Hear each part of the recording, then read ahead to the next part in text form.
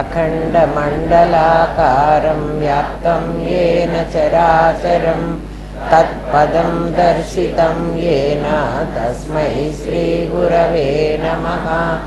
सदाशिवसमारम्भां शङ्कराचार्यमध्यमाम् अस्मदाचार्यपर्यन्तां वन्दे गुरुपरम्परां।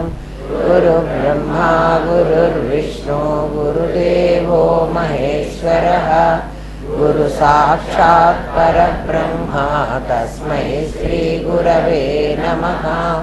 नित्यानन्दं परमसुखदं केवलं ज्ञानमूर्तिं विश्वातीतं गगनसदृशं तत्त्वमस्यादिलक्ष्यम् एकं नित्यं विमलमचलं सर्वधी साक्षिभूतं भावातीतं त्रिगुणरहितं सद्गुरुं तं नमामि। ॐ सहना भवतु सहनौ भुनक्तु सह वीर्यं करवावहै तेजस्विनावधीतमस्तु मा विद्विषावहै। ॐ शान्ति शान्ति शान्तिः।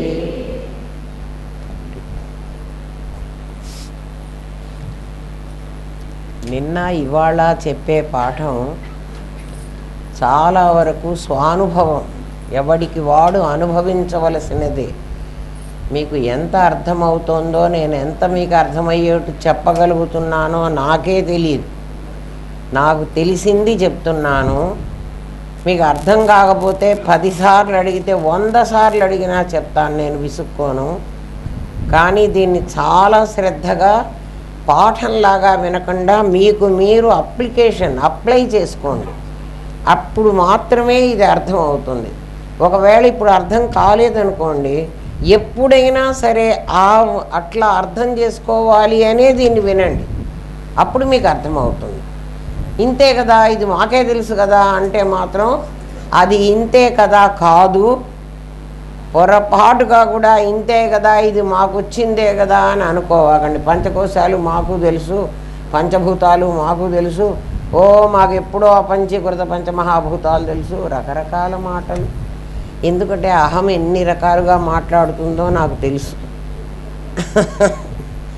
ఏమ్మా, నా అహం కూడా మాట్లాడమంటుంది, నీకు చాలా తెలిసింది చెప్పు అని. నాకేం తెలియలేదే, నువ్వు ఊరికే మాట్లాడవాకు, నోరు మూసుకుపడి ఉండు, నేనే వాళ్ళకి చెప్పలేనేమోనని ఈరోజు కూడా అనుకుంటున్నానే. నువ్వు చెప్తానంటున్నావు, చెప్పడానికి వచ్చావు కదా అంటుంది. మళ్ళీ నేను చెప్పడానికి రాలేదు, ఆయన చెప్పమన్నాడు, నేను చెప్తున్నాను. నాకు ఎంత అర్థమవుతుందో, వాళ్ళకి ఎంత అర్థమయ్యేట్టు నేను చెప్పగలనో కూడా నాకు తెలియదు. ఎందుకంటే అట్లా అంటున్నారు, మీరు చెప్తున్నారు కదా అంటే బ్రహ్మ విద్య చాలా కఠినమైంది. అది నువ్వు అర్థం చేసుకున్నప్పుడు మాత్రమే అది నీకు చాలా తేలికైందని తెలుస్తుంది. అంతవరకు అందుకే చెప్పేవాడికి వినేవాడికి కూడా అర్థం కాంది వేదాంతమట.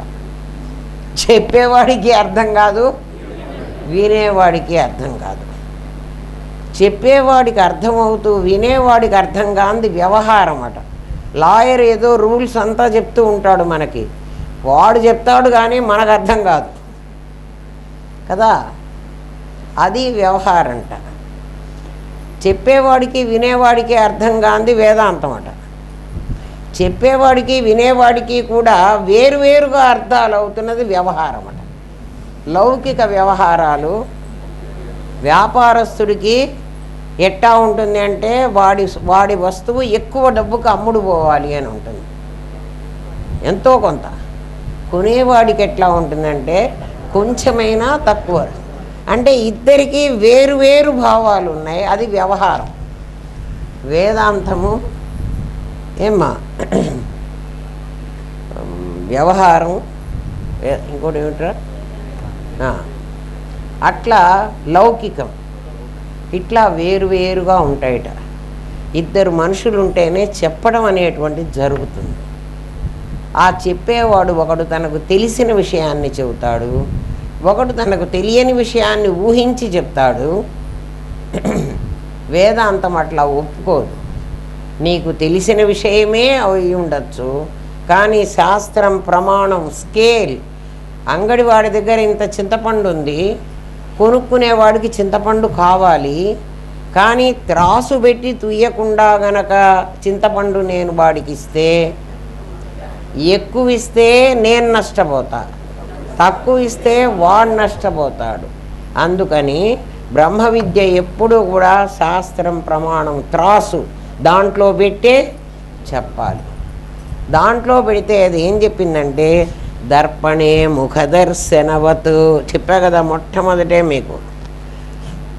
దర్పణే ముఖదర్శనవత్, అద్దంలోనూ ముఖాన్ని ఎంత స్పష్టంగా చూపించగలవో అంత స్పష్టంగా శాస్త్రే ఆత్మదర్శనం, శాస్త్రంలో నీకు ఆత్మ దర్శించాలి. దర్శించాలి అంటే మీకు ఇక్కడ శాస్త్రం రాదు, శాస్త్రాన్ని మీ ముందు పెట్టాలి కదా. శాస్త్రమే మీ ముందు పెడుతున్నది. నేను చెప్పిందంతా అందుకే ఇంత టైం తీసుకుంటున్నా. అది అద్దంలో మీ ముఖం మీకు ఎంత స్పష్టంగా కనపడుతుందో సచ్చిత్తుడు మీకు అంత స్పష్టంగా కనపడాలి. మీకు అట్లా కనపడింది అంటేనే నేను పాఠం సరిగ్గా చెప్పినట్లు. కనపడలేదు అంటే నేను చెప్పనట్లు. ఎప్పుడూ శిష్యుడి మీద వెయ్యడు. సరి అయిన గురువు ఏం చేస్తాడంటే నాకు చెప్పడం చేత కాలేదు.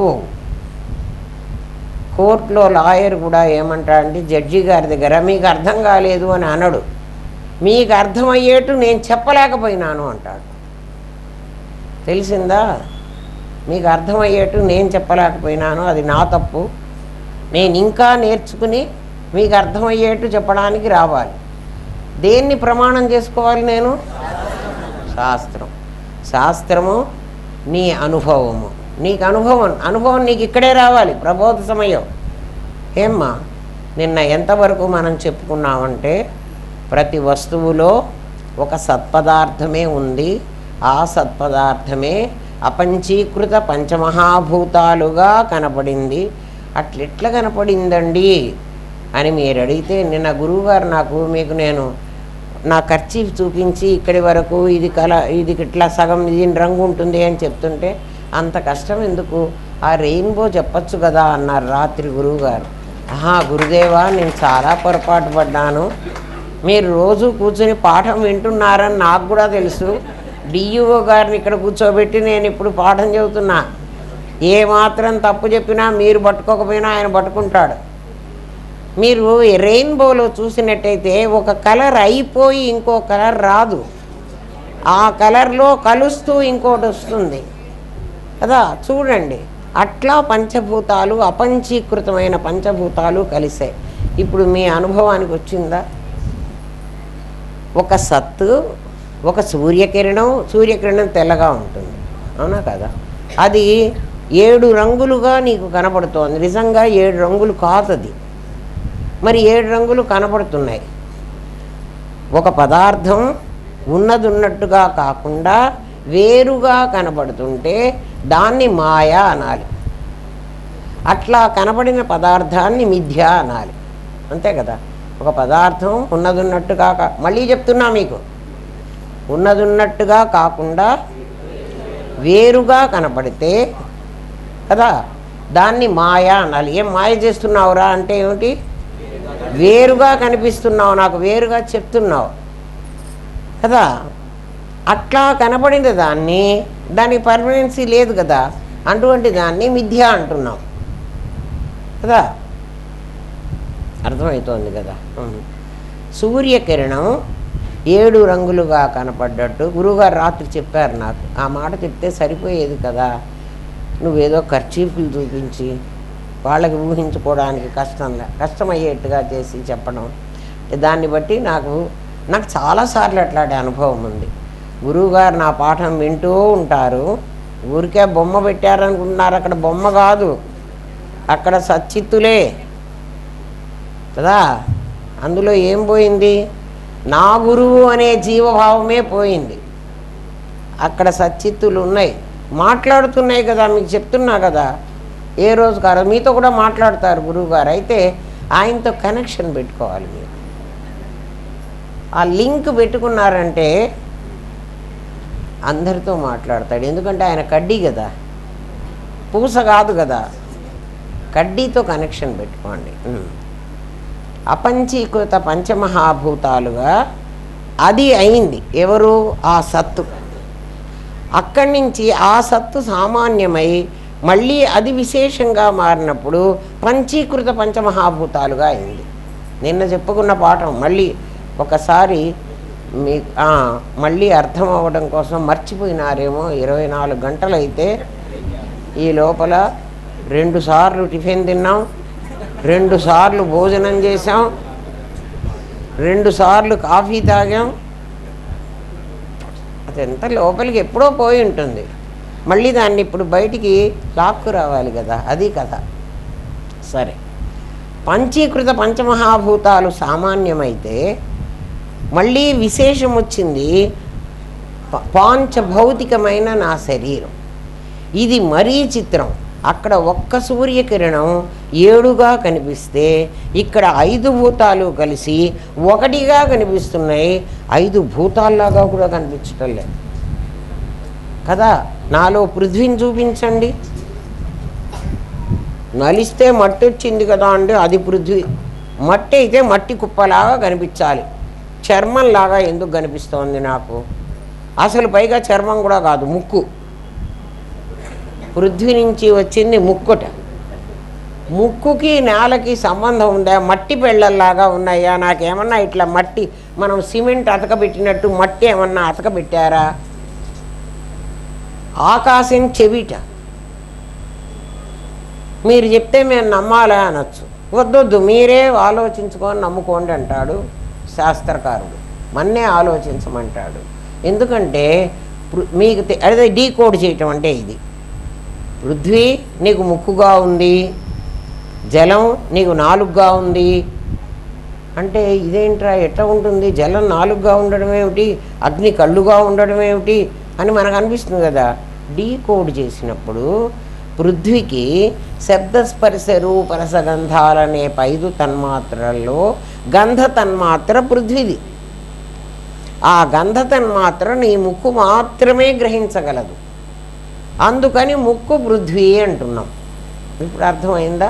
మట్టి ఇక్కడేం మెత్తలేదు, వాసన చూస్తున్నది ముక్కు కాబట్టి వెంటనే దాన్ని పృథ్వీతత్వం. ఇంకా మళ్ళీ అన్నీ నేను చెప్పను, నాకు టైం అయిపోతుంది, మీకే అర్థమైపోతుంది. సామాన్యం సామాన్యంగా ఉండకుండా వేరేగా కనపడి అది మాయ అన్నాను కదా, అదే మిథ్య. అది విశేషమై కనపడుతుంది. సామాన్యం సామాన్యంగా ఉండకుండా విశేషం. సామాన్యం ఒంటరిగా ఉండగలదు, విశేషం సామాన్యం లేకపోతే ఉండలేదు. అంతవరకు నిన్న చెప్పుకున్నాం కదా. కార్యకారణ సంబంధము అని ఒక సంబంధం ఉంది. ఏమిటి అంటే కాజ్ అండ్ ఎఫెక్ట్ అని మన సైన్స్లో చెప్తారు, ఎకనామిక్స్లో కూడా చెప్తారు. ఒక కార్యం రావాలంటే, ఒక ఎఫెక్ట్ అంటే కార్యం, ఒక కార్యం రావాలంటే దానికి తప్పనిసరిగా ఒక కారణం ఉండి ఉండాలి. ఉండకపోతే అది రాదు. కార్యం వచ్చింది అంటే నీకు తెలియకపోయినా కారణం ఉండాలి. కార్యం ఇక్కడ విశేషమైతే, విశేషము అంటే మనకు కనపడేది, దానికి మనకు కనపడని కార్యం కారణము ఉండి ఉండాలి. కార్యము నా ముక్కు కనపడుతోంది కదా, నా ముక్కు కార్యం. కార్యం అంటే వాసన చూస్తోంది, వాసన చూస్తుంది. మీ ముక్కు కూడా వాసన చూస్తుంది. నా ముక్కే అంటే నా ముక్కు ఒకటే అనుకోవాకండి, మీ అందరి ముక్కులు కూడా వాసన చూస్తాయి, చూడగలవు కదా. ఇది కార్యమైతే దీనికి కారణము ఏమై ఉంటుంది? నీ ముక్కుకి, దాని ముక్కుకి, నా ముక్కుకి, అందరి ముక్కులకి కారణము మట్టి. మట్టి లేకుండా ముక్కు ఉండడానికి వీల్లేదు.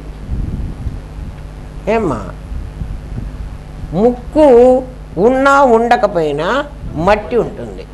అట్లా ఉన్నా ఉండకపోయినా నేను ఉంటాను అన్న దాని పేరు సామాన్యం. విశేషము లేకుండా కూడా సామాన్యం ఉండగలదు, విశేషం ఉంటే కూడా సామాన్యం ఉండగలదు కదా. అర్థమైంది కదా. దాని పేరు కారణము, దీని పేరు కార్యము. కార్యము అంటే ఒక వస్తువు, దాని పేరు విశేషం. మర్చిపోవకండి పదే పదే ఈ పదాలు. దానికి కారణము ఒక సామాన్యం కదా. అట్లా జలం సామాన్యమైతే నాలుక విశేషం, అగ్ని సామాన్యమైతే కన్ను విశేషం, ఆకాశం సామాన్యమైతే చెవి విశేషం. అట్లా మీరు అర్థం చేసుకోండి. ఏమ్మా, ఒక సామాన్యము విశేషం కావాలంటే రెండు కావాలి. ఆ రెండు కారణాలు ఏమిటంటే ఒకటి నిమిత్తము, ఒకటి ఉపాదానం. నిమిత్త ఉపాదానం. నిమిత్త ఉపాదానాలంటే అర్థం ఏమిటి అంటే ఒక తయారు చేసేవాడు, వాడి పేరు క్రియేటర్. ఒక తయారు చేసేవాడు వాడెప్పుడూ మనిషే అయి ఉండాలి. ఎప్పుడు ఒక మనిషే అయి ఉండాలి. ఏమ్మా, ఒక తయారు చేయడానికి కావలసిన మెటీరియల్, ఆ మెటీరియలు దాన్ని ఉపాదానము అంటారు. ఉపాదాన కారణము, నిమిత్త కారణము అని రెండు కలిస్తే సామాన్యం విశేషంగా కనబడుతుంది. అర్థమవుతోందా అమ్మ? చాలా నిదానంగా చెప్తున్నాను. నేను టైం తీసుకుంటే తీసుకున్నాను, కానీ కాన్సెప్ట్ అర్థం కావాలి, అందుకు చెప్తున్నాను. ఏం కావాలి? ఒక సామాన్యం ఒక విశేషంగా నీకు కనపడాలంటే దాంట్లో రెండు ఉండాలి. ఒకటి తయారు చేసేవాడు, తయారు చేసేవాడిని ఎప్పుడూ కూడా క్రియేటర్, వాడు క్రియేట్ చేస్తాడు. ఒకటి క్రియేటర్ ఉంటే అవ్వదు. ఒక క్రియేట్ చేయడానికి కావలసిన ఒక మెటీరియల్, ఈ మెటీరియల్ని సైన్స్లో మాస్ అంటారు. ఈ మెటీరియల్ని ఏమంటారు? మాస్. మాస్ లేకపోతే స్పిరిట్ ఏం పనిచేయలేదు. ఒక స్పిరిట్, ఒక మాస్ ఉండాలి. స్పిరిట్ ఎప్పుడు కూడా ఒక చైతన్యమైన మనిషిలోనే ఉంటుంది. మాసు జడమైన పదార్థం. ఇందాక మనం సత్ అని చెప్పానే, అది. దీని పేరు ఉపాదానం, పారిభాషిక పదం ఇది. ఉపాదానం, అది నిమిత్తం. ఈ సృష్టి అంతా నువ్వు ఏ పదార్థం చూసినా ఆ ఉపాదాన నిమిత్త కారణాలతోనే ఉంటుంది. ఏదన్నా చూడు, దీన్ని తయారు చేసిన వాడు నాకు తెలీదు, తయారు చేయబడిన మెటీరియల్ ఏదో నాకు తెలుసు. ఇది ప్లాస్టిక్, ఇది వెండి, ఇది ఇనుము కదా, ఇది చెక్క, ఇది కాటన్, పత్తి. ఇట్లా ఈ మెటీరియల్ నాకు తెలుసు. అంటే ఉపాదానం నాకు కనబడుతుంది. ఉపాదాన నిమిత్తం, ఉపాదాన సామాన్యం నాకు తెలుసు. ఉపాదాన విశేషం కూడా నాకు తెలుసు. అర్థమవుతున్నదా అమ్మ? ఉపాదాన సామాన్యం నాకు తెలుసు, ఉపాదాన విశేషం కూడా నాకు తెలుసు. సామాన్యం తెలుసు, విశేషం తెలుసు. ఇప్పుడు చూడండి, సామాన్యం చెక్క, విశేషం బల్ల. కాబట్టి చెక్క బల్ల నాకు కనపడుతున్నాయి. కనపడ్డాయా? అనుమానం లేదు. నా చేతి నుంచి ఒక ఉంగరం తీశాను. ఏమ్మా, ఇది మీకు కనపడుతోంది. దీని సామాన్యం బంగారం కదా, దీని విశేషం ఉంగరం కదా. ఇంతవరకు ఇదంతా కూడా ఈశ్వర సృష్టి. మరి ఇది నా ఉంగరం. ఇప్పుడు నా ఉంగరం దీని మీద ఎక్కడుంది చెప్పండి? ఇందాక ఉన్నదాన్ని ఎంత బాగా చూపెట్టగలిగా కదా. నా ఉంగరం అని ఇక్కడ దీని ముఖం మీద ఎక్కడన్నా రాశారా? రాయలే. దీని విశేషము, దీని సామాన్యము, మీరు గ్రహించగలుగుతున్నారు. అందుకని మీరు దీన్ని ఏమంటున్నారంటే బంగారు ఉంగరం. అంటే సామాన్యాన్ని దాంతోపాటు విశేషాన్ని మీరు ఏకకాలంలో గుర్తిస్తున్నారు. మీరు ఏకకాలంలో ఉపాదానాన్ని గుర్తించారు సామాన్య విశేషాలుగా. దీని క్రియేటర్ని గుర్తించలే. వెంటనే మీరేమడుగుతారంటే ఈ ఉంగరం తయారు కావాలంటే ఇందాకటి సూత్రం ప్రకారం ఎవరుండాలి? ఒక క్రియేటర్ ఉండాలి. వాడి పేరు నిమిత్త కారణం. దీని పేరు ఉపాదాన కారణం.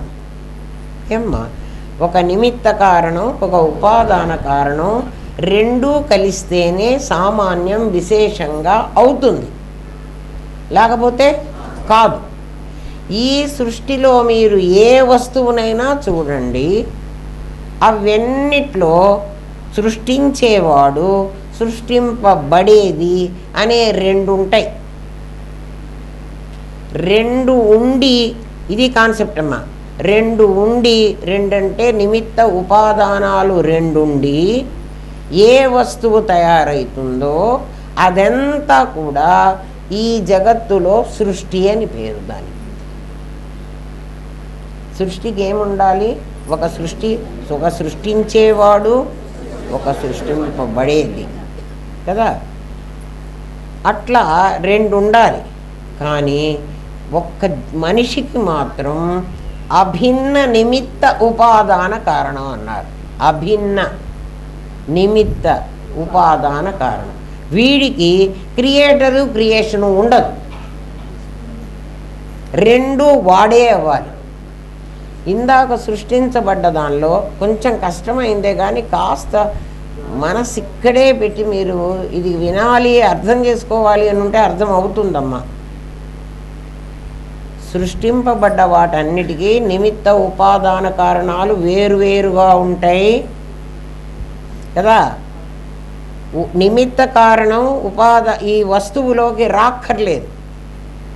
కుమ్మరివాడు కుండలోకి దూరక్కర్లేదు. అట్లా దూరితే ఒక్క కుండలోనే దూరగలడు వాడు, అన్ని కుండల్లో దూరలేడు కదా. కంసలివాడు ఒక్క గొలుసులోనే దూరగలడు, వాడు దూరడు. వాడు వేరుగా ఉంటాడు, దీన్ని తయారు చేస్తాడు. అందుకని వాడికి దీనితో ఏ విధమైన సంబంధం లేదు. ఎవడికి? ఆ నిమిత్త కారణమైన వాడికి. ఆ నిమిత్త కారణానికి తాను తయారు చేసిన ఆ వస్తువుతో సంబంధం లేదు కదా. వాడు దీంతో రాడు, వాడిని తెలుసుకోవలసిన పని లేదు. మనం మాత్రం సామాన్యాన్ని విశేషాన్ని ఉపాదాన కారణంలోనే గుర్తించగలుగుతున్నాం. మహా అయితే ఇది ఎవడో చేశాడని మనకు తెలుసు కాబట్టి ఇది చాలా అందంగా కనపడింది అనుకోండి, వెంటనే ఎవడు చేశాడు, ఈ నగని తయారు చేసిన వాడు అంటే వాడు నేర్పరితనం దీంట్లో కనపడితే నువ్వు వాడిని గురించి ఎంక్వైరీ చెయ్యాలి, లేకపోతే చెయ్యక్కర్లేదు.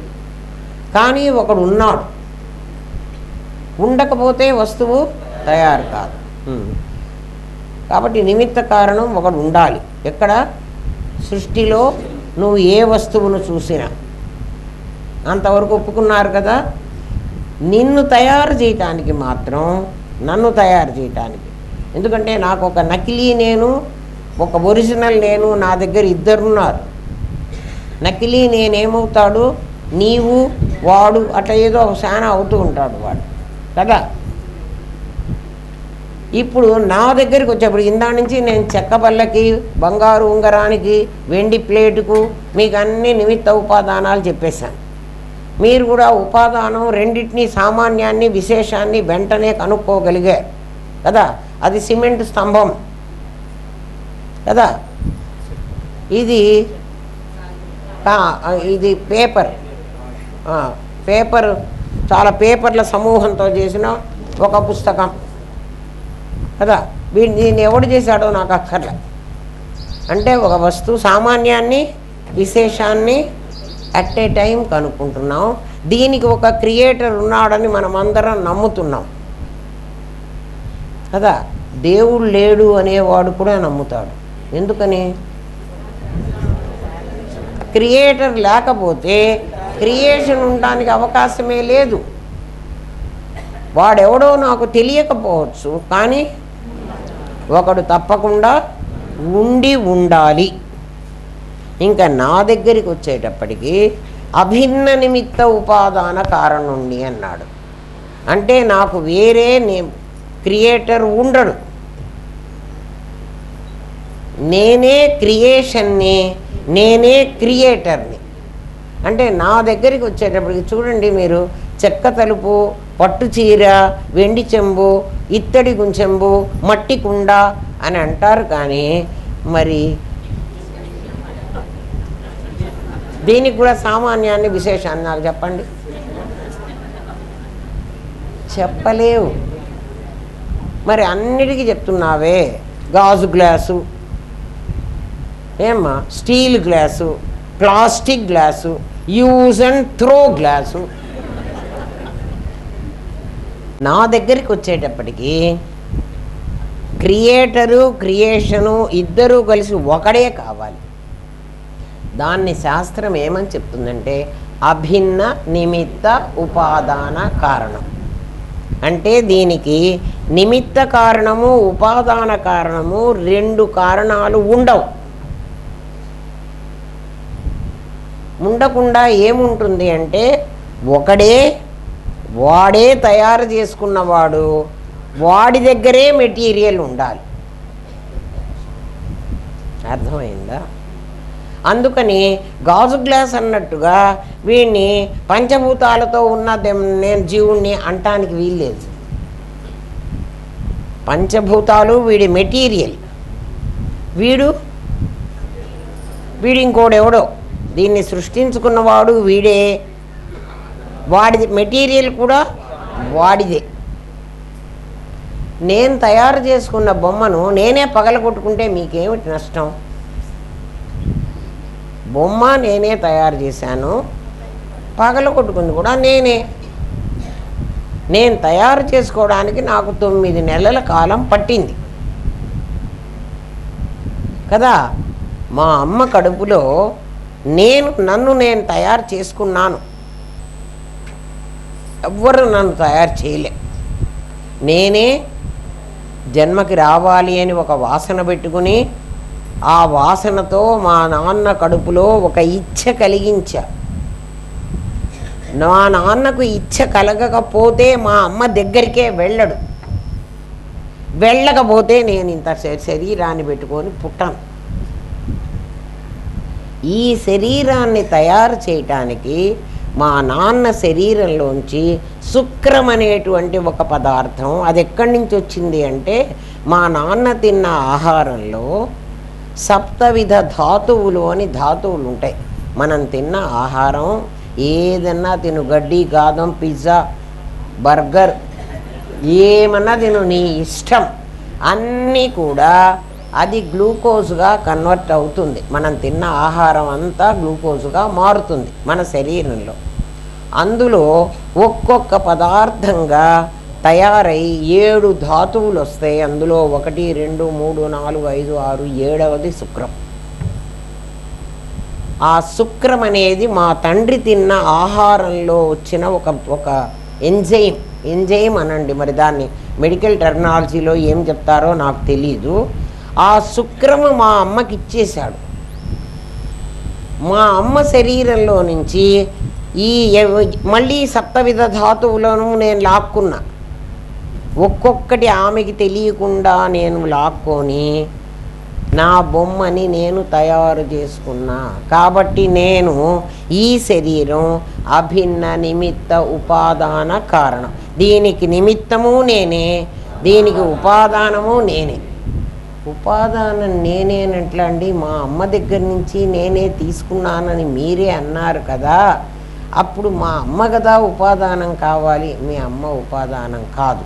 ఎందుకు కాదు అంటే ఆమె శరీరానికి ఎంత రక్తం, మాంసం అన్నీ కావాలో అవన్నీ ఉంచి నేను లాక్కున్నా. ఎట్లా లాక్కున్నానో చెప్పనా? విత్తనం ఎలాగైతే నేలలో పెడితే నేల నేలగానే ఉంటుంది, అదంతా లాక్కుని అది ఆకులు కాయలు రెమ్మలు కొమ్మలు పువ్వులు మస్తు విత్తనాలు పెంచేసుకున్నాను. నేలకి ఏమన్నా చెప్పిందా నేను తీసుకుంటున్నానని? మా అమ్మకు కూడా నేనేం చెప్పలే. చెప్పకుండా పిల్లలు అడుగుతారు, ఏమిచ్చావు, ఏమి ఇవ్వాలి? భౌతికమైన ఈ నిమిత్త ఉపాదాన కారణాలతో ఉన్న ఇల్లో వాకిలో డబ్బో అవి ఇస్తే బంగారమో చూడు. మరి వాడు గుర్తు చేస్తున్నాడు. అవి కదా వాడు అడుగుతున్నాడు. అసలు నీ శరీరమే నేనే ఇచ్చానురా వెధవా అని చెప్పాలి కదా, లేకపోతే నీకు ఎక్కడి నుంచి వచ్చేదిరా? నేను చెప్పలే సాపేక్షంలో కదా, ఒకదాని మీద ఒకటి ఆధారపడితే రెండు అబద్ధం, ఒకదాని మీద ఒకటి ఆధారపడకూడదు. అప్పుడు నిజం ఏమవుతుంది? చెట్టు విత్తనం నేను ఉందా అని కొట్లాడుకు చూస్తుంటే నేల నేను అసలు మీరిద్దరు కాదు పోవాలి, నేను లేకపోతే మీరు లేరు పోవాలి. అట్లా ఈ శరీరానికి ఉపాదాన నిమిత్తాలు రెండూ కూడా నేనే అవుతున్నాను. నేనే ఈ శరీరాన్ని తయారు చేసుకున్నా, దీని లోపల ఉండేటువంటి చైతన్యాన్ని కూడా నేనే పుట్టాను. మా అమ్మ పుట్టించలే. చెట్టు మొలిచింది అంటావా, నేల మొలిపింపజేసింది అంటావా? ఆలోచించండర్రా. ఆలోచిస్తే మీకు యథార్థం అర్థమైపోతుంది. ఏమ్మా ఎక్కడే సుధా? ఇప్పుడు చూడండి,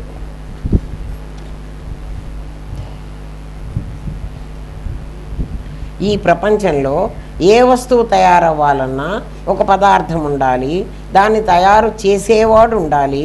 మట్టి ఉపాదానమైతే దాన్ని తయారు చేసే కుమ్మరి నిమిత్తం అవుతాడు. చెప్పుకున్నాం కదా.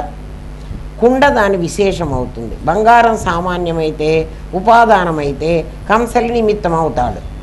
గొలుసు విశేషం అవుతుంది. బంగారం సామాన్యమైతే ఏమ్మా ఇలా సత్తుకు సామాన్యము సద్విశేషము అని జగత్తుకు, చిత్తు సామాన్యము చిద్విశేషము జీవుడు అని జీవుడికి పేర్లు పెట్టారు. మన వాళ్ళు ఏం చేశారంటే సత్తుకు సామాన్యమని సత్, సద్విశేషానికి జగత్తు అని, సత్తు సామాన్యమని పదం మళ్ళీ అట్లే నేర్చుకోండి. సత్తు కదా సామాన్యమైంది, సద్విశేషము జగత్తు. అప్పుడు ఈ శరీరాలన్నీ నాకు విశేషాలు కదా.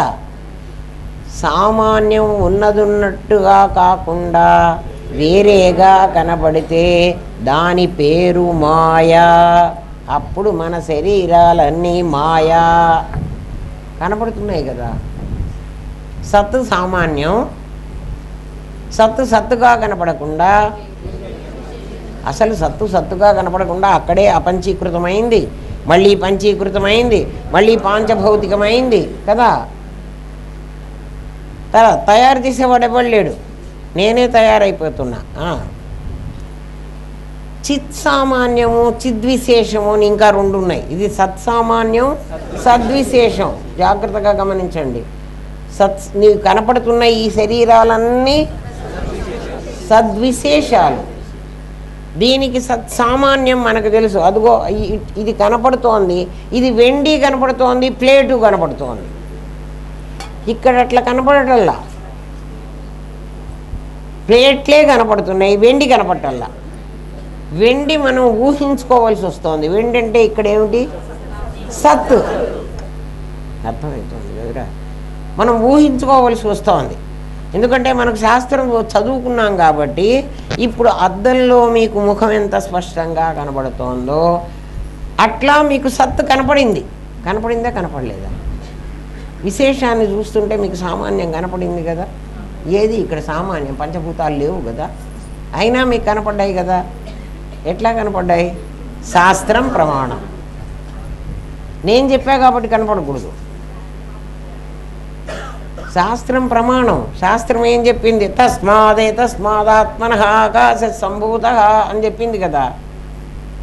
ఆత్మలో నుంచి ఆకాశం పుట్టింది, ఆకాశం నుంచి వాయువు వచ్చింది, అట్లా చెప్పింది కదా. కాబట్టి ఆ 5 భూతాలు ఏమైనాయి? అవి సామాన్యం అయిపోయినాయి. ముందైతే విశేషం అవుతాయి, అది సామాన్యం అవుతుంది. అట్లా మీరు నిన్న సామాన్యం విశేషాన్ని గురించి చెప్పి మళ్ళీ ఇవాళ కూడా అదే చెప్పుకుంటే మనకు టైం అయిపోతుంది. అప్పుడే అర్ధగంట అయిపోయింది. అందుకని సామాన్యం ఇప్పుడు మనకందరికీ బాగా అర్థమైంది. ఏమ్మా? సామాన్యం విశేషంలో విశేషం కనపడుతున్నది, సామాన్యం మనం ఊహించడానికి వీలవుతోంది. అవునా కాదా? ఇప్పుడు మళ్ళీ మీకు ఇంకా అర్థమయ్యేట్టు ఇంకా దగ్గరికి వస్తున్నా కదా. దగ్గరికి రావాలి, లోపల దూరాలి. దూరితేనే తెలుస్తుంది. ఈ బట్ట చూడండి, ఇది కాటనే కదా. ఇప్పుడు ఇది విశేషం, టేబుల్ క్లాత్ ఇది విశేషం. దీని సామాన్యం ఏది? కాటన్. పత్తి ఇక్కడ నీకు కనబట్టల్లా, వెండి ఇక్కడ నీకు కనబడుతోంది. కనబడకపోయినా పత్తిని ఎలా నువ్వు గుర్తించగలుగుతున్నావు? ఇది మళ్ళీ సామాన్య విశేషం ఉన్నా దీనికి క్రియేటర్ ఉన్నాడు. నాకు క్రియేటర్లు లేరు, అది మర్చిపోవాకండి. నేనే క్రియేటర్ని. నా దగ్గరే, అంటే నా నిమిత్తము నేనే, నా ఉపాదానం కూడా నేనే కదా. అర్థమైంది కదా. ఇప్పుడు ఈ కనపడుతున్నదంతా విశేషాలు, దీని సామాన్యం సత్తు. అవునా కదా? సరే, సంతోషం. ఏమ్మా, ఈ సత్తు ఎలా ఉన్నదో మీరెట్లా దీని ఉన్నది, ఇందాక వెండి ప్లేటు గాజు గ్లాసు అని మనం సామాన్యాన్ని విశేషాన్ని కలిపి చెప్పుకున్నాం కదా.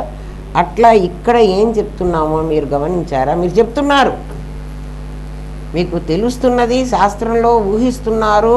నేనే మెటీరియల్ని, నేనే స్పిరిట్ని అని అంటున్నారన్నాను కదా.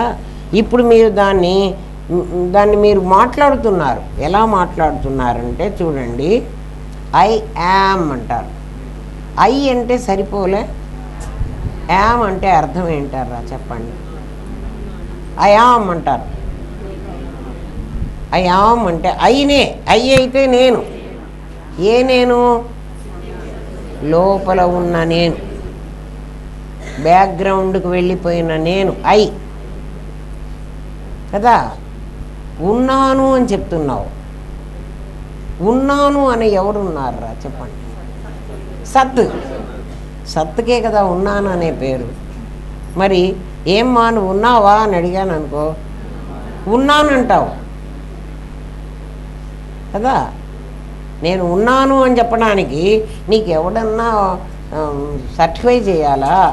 ఎవడన్నా చెప్పాలా? ఉండు లైట్ వేసుకొని నేను ఉన్నానో లేదో చెప్తాను అంటావా?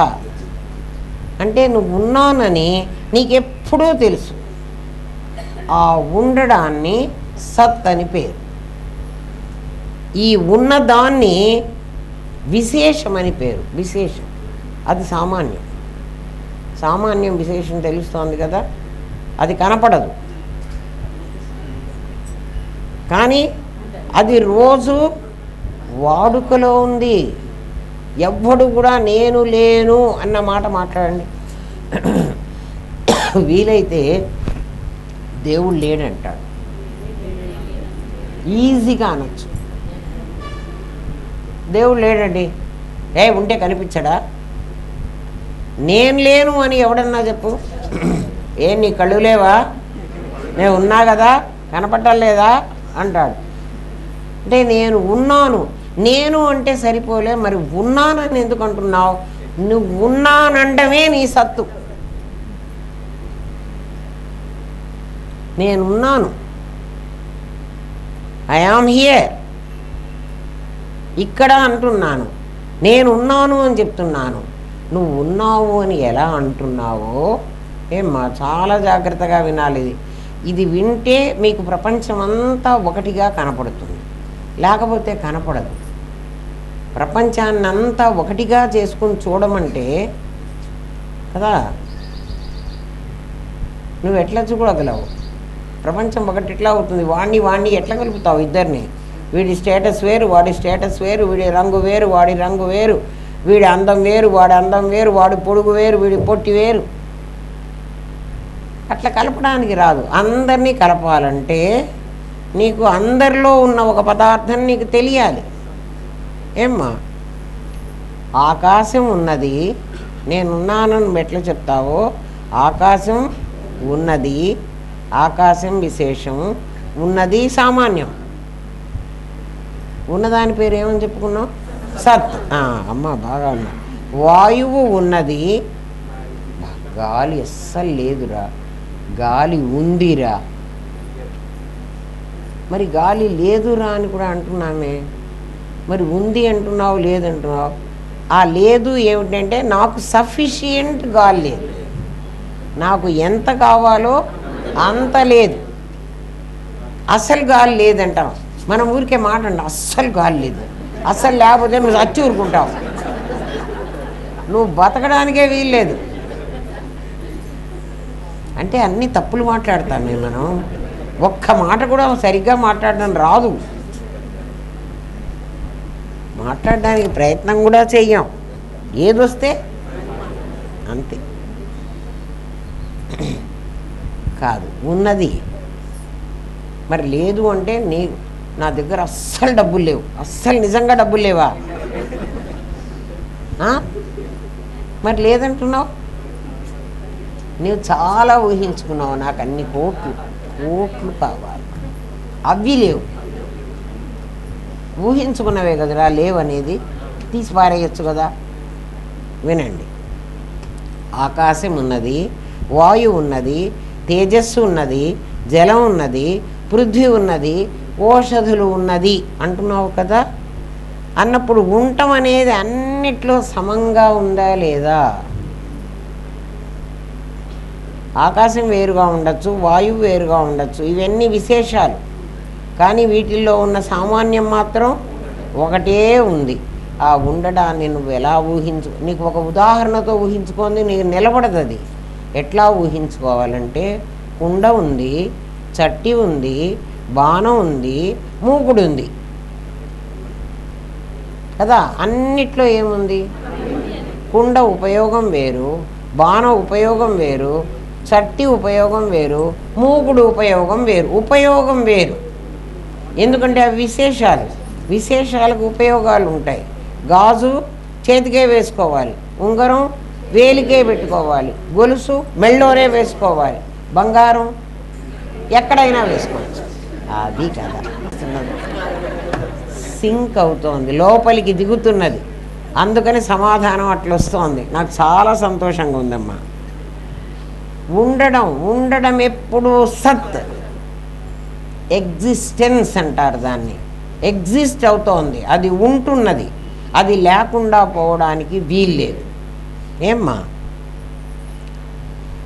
అప్పుడు నీకు అన్నింట ఉనికి, ఉండడం సత్ అని తెలుస్తోంది. ప్రతి దాంట్లో సత్ ఉన్నది, అది ఫలానాగా ఉన్నది అన్నప్పుడు ఆ విశేషం తెలుస్తోంది. ఇప్పుడు నీకు సత్ సామాన్య సద్విశేషాలు నీకు రెండు అర్థమైనాయి. సత్సామాన్యం అర్థమైంది, సద్విశేషం అర్థమైంది. ఇంకా నువ్వు అర్థం కాలే. ఉన్నాను వరకే చెప్పాను నేను, జాగ్రత్తగా వినండి.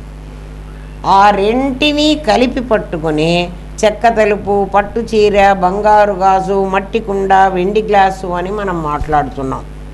సత్సామాన్యాన్ని సద్విశేషాన్ని కలుపుకుని మనం మాట్లాడుతున్నాం. ఏమ్మా, సత్తు దాని విశేషాలు తెలిస్తే ఆత్మలో మనకు సగం తెలిసినట్టే. ఆత్మ నీకు ఎంత తెలుసు అంటే 50% తెలుసు. ఎట్లా? సత్తు సామాన్యం తెలుసు, సద్విశేషం తెలుసు. ఆ సత్తు అన్నిట్లో అందరిలో ఉన్నదని తెలుసు. అన్నిట్లో అందరిలో అంటున్నప్పుడు అందరిలో అంటే మనుషుల్లో, అన్నిట్లో అంటే వస్తువుల్లో, వీటిల్లో కూడా ఉంది. చూడండి, టేబుల్ ఉంది, సోఫా ఉంది, ఫ్యాన్ ఉంది, మైక్ ఉంది, కర్చీఫ్ ఉంది. ఏమ్మా, మరి మనుషులనైతే ఎట్లా ఉంది అంటున్నానో ఇప్పుడు సత్తు దేనిగా ఉంది? సత్తు సామాన్యంగా ఉంటుంది, విశేషంగా అక్కడ చేతనంలో ఉంది, ఇక్కడ జడంలో ఉంది.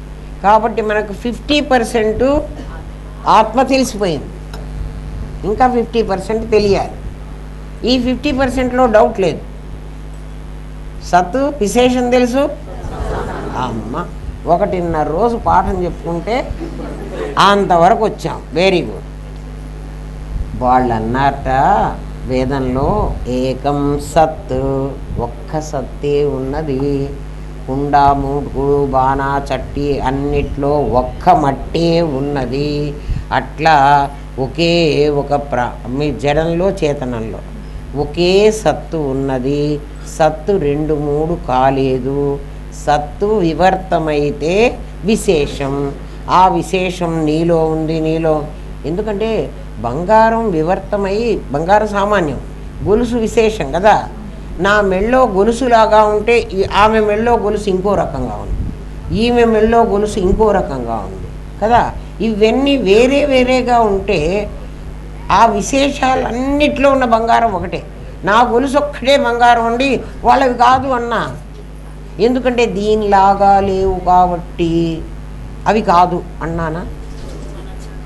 ఎట్లా ఉన్నా అప్పుడు కుంటివాడైనా, గుడ్డివాడైనా, నల్లవాడైనా, తెల్లవాడైనా, జర్మన్ అయినా, అమెరికన్ అయినా, ఆఫ్రికన్ అయినా, ఇండియన్ అయినా, వీళ్ళందరూ ఏమవుతారు? విశేషాలు అవుతారు.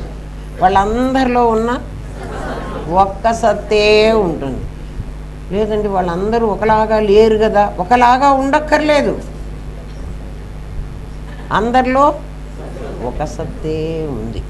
అంతవరకు అందరికీ బాగా అర్థమైంది. హాఫ్ మనకు ఆత్మ తెలిసిపోయింది అంటున్నావు. ఏకం సత్. విప్రా, విప్రా అంటే వేదం చదువుకున్న వాళ్ళు బహుధా వదంతి, చాలా రకాలుగా ఈ సత్తు ఉన్నదిరా అని చెప్తారు. సత్తు చాలా రకాలుగా ఉండదు, దాని విశేషాలు రకాలవుతాయి. సత్తు మాత్రం అలాగే ఉంటుంది. ఎందుకంటే సామాన్యం, దానికి రంగు, రూపు, రుచి ఏం ఉండకూడదు. ఏమ్మా విశేషం? అందుకే సామాన్యం అంటే ఒరిజినల్, విశేషం డూప్లికేట్. ఏమ్మా జిరాక్స్ కాదు, జిరాక్స్ దానిలాగే ఉంటుంది. అమ్మో కాదు, డూప్లికేట్. డూప్ అంటారు చూడండి, సినిమాలో డూపుని పెట్టారు, ఒరిజినల్ని పెట్టడు. ఎందుకంటే ఆ హీరో కనుక పైనుంచి కిందికి దూకి కింద పడితే వాడి కాళ్ళు విరిగితే మళ్ళీ సినిమా వేయటానికి ఉండదు.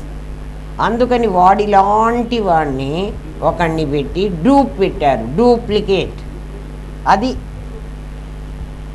డూప్లికేట్ వేరు, ఒరిజినల్ వేరు కదా. జిరాక్స్ దానిలాగే ఉండాలి, అది డూప్లికేట్ కాదు. చాలామంది తెలియకుండా జిరాక్స్ కాబట్టి డూప్లికేట్ తెమ్మంటారు. ఓరి మీద దుంపల్లేగా నాడు మేము ఇంగ్లీష్ మాట్లాడితే చాలా గ్రేట్ అనుకుంటారు మనవాళ్ళు. అదేమో రాదు, సరైన పదం మనకు అర్థం కాదు కదా. ఏదో ఒక పదం నేర్చుకుంటాం. ఎవడన్నా నువ్వు ఉన్నావా అని అడిగితే ఆలోచించకుండా ఉన్నాను అని చెప్తాడు. దేవుడు ఉన్నాడో లేడో అని అనుమానించేవాడు కూడా చాలామందికి మనకే అనుమానం వస్తుంది, దేవుడు ఉన్నాడా లేడా. ఎందుకంటే మన పని ఎప్పుడైతే చేసి పెట్టాడో వాడు లేడంటాం మనకు బాగా తెలుసు. అంటే లేనివాడే కదా పని చేయడు. నీ పని ఎందుకు చెయ్యాలి అని అసలు ఒకసారి అడగండి కదా. ఏంటి నీ స్పెషాలిటీ? ఎందుకు నీ దగ్గరికి వచ్చి నీ పని చేసి పెట్టాలి వాడు? నువ్వేమన్నా పెట్టుకున్న కూలీవాడా, సేవకుడా, నీ వాచ్మెన్నా? ఎందుకు నీకు జీతం ఇస్తున్నావా? రోజు పూజ చేస్తున్నావు, ఎవరి కోసం చేస్తున్నావు? పని ప్లీజ్ చేద్దామని చేస్తున్నావా దేవుణ్ణి? అట్లాగే దేవుడు ఉన్నాడో లేడో అనేటువంటివి అనుమానించేవాడు కూడా నేనున్నాను అని ఖచ్చితంగా చెప్పగలడు. మీరందరూ చెప్పగలరా? దేవుడు ఉన్నాడో లేడో మీకు అనవసరం, దేవుడు లేకపోతే లేకపోని వాడు దుంప దిగారు. నువ్వున్నావా లేదా అంటే ఖచ్చితంగా నేనున్నాను అని నువ్వు చెప్పగలవు. ఏమ్మా, ఇక్కడి నుంచి మిగిలిన 50%కి వెళుతున్నాం మనం. ఒక 50%ఏ మనకు వచ్చిందని చెప్పా కదా. ఇంకా నెక్స్ట్ 50, ఫస్ట్ హాఫ్ అయిపోయింది, సెకండ్ హాఫ్ చాలా బాగుంటుందట. నువ్వు ఉన్నావు అని నీకు ఎవరు చెప్పారు? క్వశ్చన్ వేసుకో. నువ్వు ఉన్నావా లేవా అని అడిగితే ఇమ్మీడియట్గా నువ్వు ఎస్ నేనున్నాను అంటావు కదా. ఎవరైనా అంటారు. నేనున్నానో లేదో ఉండండి ఆలోచించు. లేదు, నీకు అసలు ఆలోచించాల్సిన అవసరమే లేదు. చీకట్లో అడిగినా ఉన్నానంటావు. నీవు ఉన్నావని నీకు ఎవరు చెప్పారు? నా జ్ఞానం చెబుతోంది అంటావు కదా. దాని పేరు మేము స్ఫురణ అని పెట్టాం. నీ జ్ఞానం పేరు స్ఫురణ. ఈ స్ఫురణ విశేషం. ఇందాక నీకు సత్తు సామాన్యమైతే నీ శరీరం ఎలా విశేషమైందో అర్థమవుతోంది కదా. ఇది విశేషం, అది సామాన్యం. అది ఉన్నట్టుగా కాకుండా వేరుగా కనబడుతోంది, అది మాయ. అట్లాగే నువ్వు ఉన్నావా అని నేను అడగంగానే నేను ఉన్నాను అని చెప్తున్నావే, ఎలా చెప్పావు అని అడిగితే నా జ్ఞానం చెప్తోంది. ఉన్నాను అని ఎవరు చెబుతున్నారే? నీ జ్ఞానమే చెప్తోంది. లేకపోతే దాని పేరు స్ఫురణ అని పేరు. ఆ స్ఫురణ విశేషమైతే దాని సామాన్యం చిత్. ఇందాక సత్తు సామాన్యం, సత్తు విశేషం మీకు తెలిసింది కదా. సద్విశేషం నా శరీరం, సత్ సామాన్యం సత్ నా సత్తు లేకపోతే విశేషం కనిపించడానికి వీల్లేదు. అట్లా నేను ఉన్నాను అని చెప్తున్నావంటే దీన్ని బట్టి నువ్వు ఉన్నానంటల్లా. నీ లోపల జ్ఞానం ఉంది. ఆ జ్ఞానము ఇది ఉందని చెప్తోంది నీకు. నీ జ్ఞానం ఏమని చెప్తోంది? ఇది ఉన్నది అని చెప్తోంది. ఉన్నదంటే ఏమిటి? దీని లక్షణం కదా. సత్తును గుర్తిస్తోంది ఎవరు? నీ జ్ఞానం.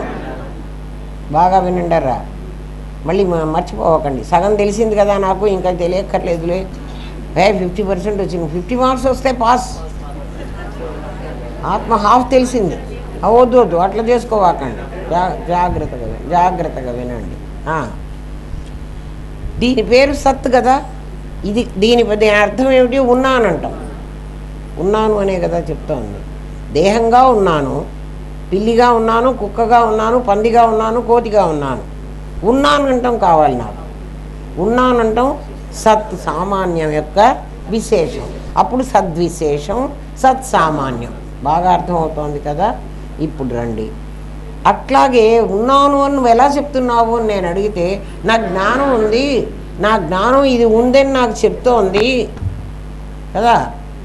అందుకని ఆ జ్ఞానం పేరు నేను చిత్తని మీరు దాని సామాన్యం అంటున్నారు, మీరు చెప్తున్నారు, నాకు తెలియదు కదా. అయితే నాకు జ్ఞానం ఉందని నాకు తెలుసు. ఆ జ్ఞానం పేరు స్ఫురణ. ఆ స్ఫురణ అనేది నా విశేషం. అప్పుడు నా జ్ఞానము నా చిద్విశేషము. ఏమ్మా, ఆ చిద్విశేషం ఉండదు, దానికి సామాన్యం ఉండద్దు. నా దగ్గర ఉన్న చిత్తు సామాన్యం, చిత్ సామాన్యం, నా స్ఫురణ చిద్విశేషం. ఇప్పుడు రండి, చిత్ సామాన్యం, చిద్విశేషం, సత్ సామాన్యం, సద్విశేషం. చిద్విశేషం సద్విశేషం కలిస్తే నా శరీరం. చిత్తు అట్లా సత్ ఎట్లాగైతే సత్తు సత్తుగా కనపడకుండా విశేషం వేరుగా కనపడుతుందో అది మాయ అని చెప్పాను. అట్లా చిత్తు కూడా చిత్తుగా కనపడకుండా నీకు విశేషమైన జ్ఞానంగా కనపడుతుంది. ఆ చిత్తు ఎలా ఉంటుందంటే అది ప్రజ్ఞాన ఘనం, విజ్ఞాన రసం, అది నిరాకారం. అది ఎలా కనపడుతుందంటే బుద్ధి మీద ప్రతిబింబించి, నా బుద్ధి మీదే. నా బుద్ధి ఎవరు? నా సద్విశేషం. ఎందుకు అనుమానపడుతున్నారు? 50% వచ్చినాయి కదా, మరి అనుమానపడవాకండి కదా. రామనాథం గారి దగ్గర చెప్పట్లే, మనం క్లాసులో మాట్లాడుకుంటున్నాం కదా. ఆయన కూడా ఒప్పుకుంటాడు, ఏమన్నాడు. చిద్విశేషం, చిత్ సామాన్యం. చిత్ సామాన్యం అంటే నా స్ఫురణ కదా, నా జ్ఞానం నా దగ్గర ఉన్నది, సామాన్యం నా దగ్గర ఉన్నది. ఎందుకు దాన్ని మిమ్మల్ని మీ దగ్గర ఉన్నది అని చెబుతున్నానంటే, అది పరిమితమైన దేహంలో ఉంది. ఇంకా నెక్స్ట్ లెవెల్లో దాన్ని అపరిమితం చేస్తాం. ఇప్పుడు చెయ్యం. ఇప్పటి వరకు అది ఎక్కడుంది?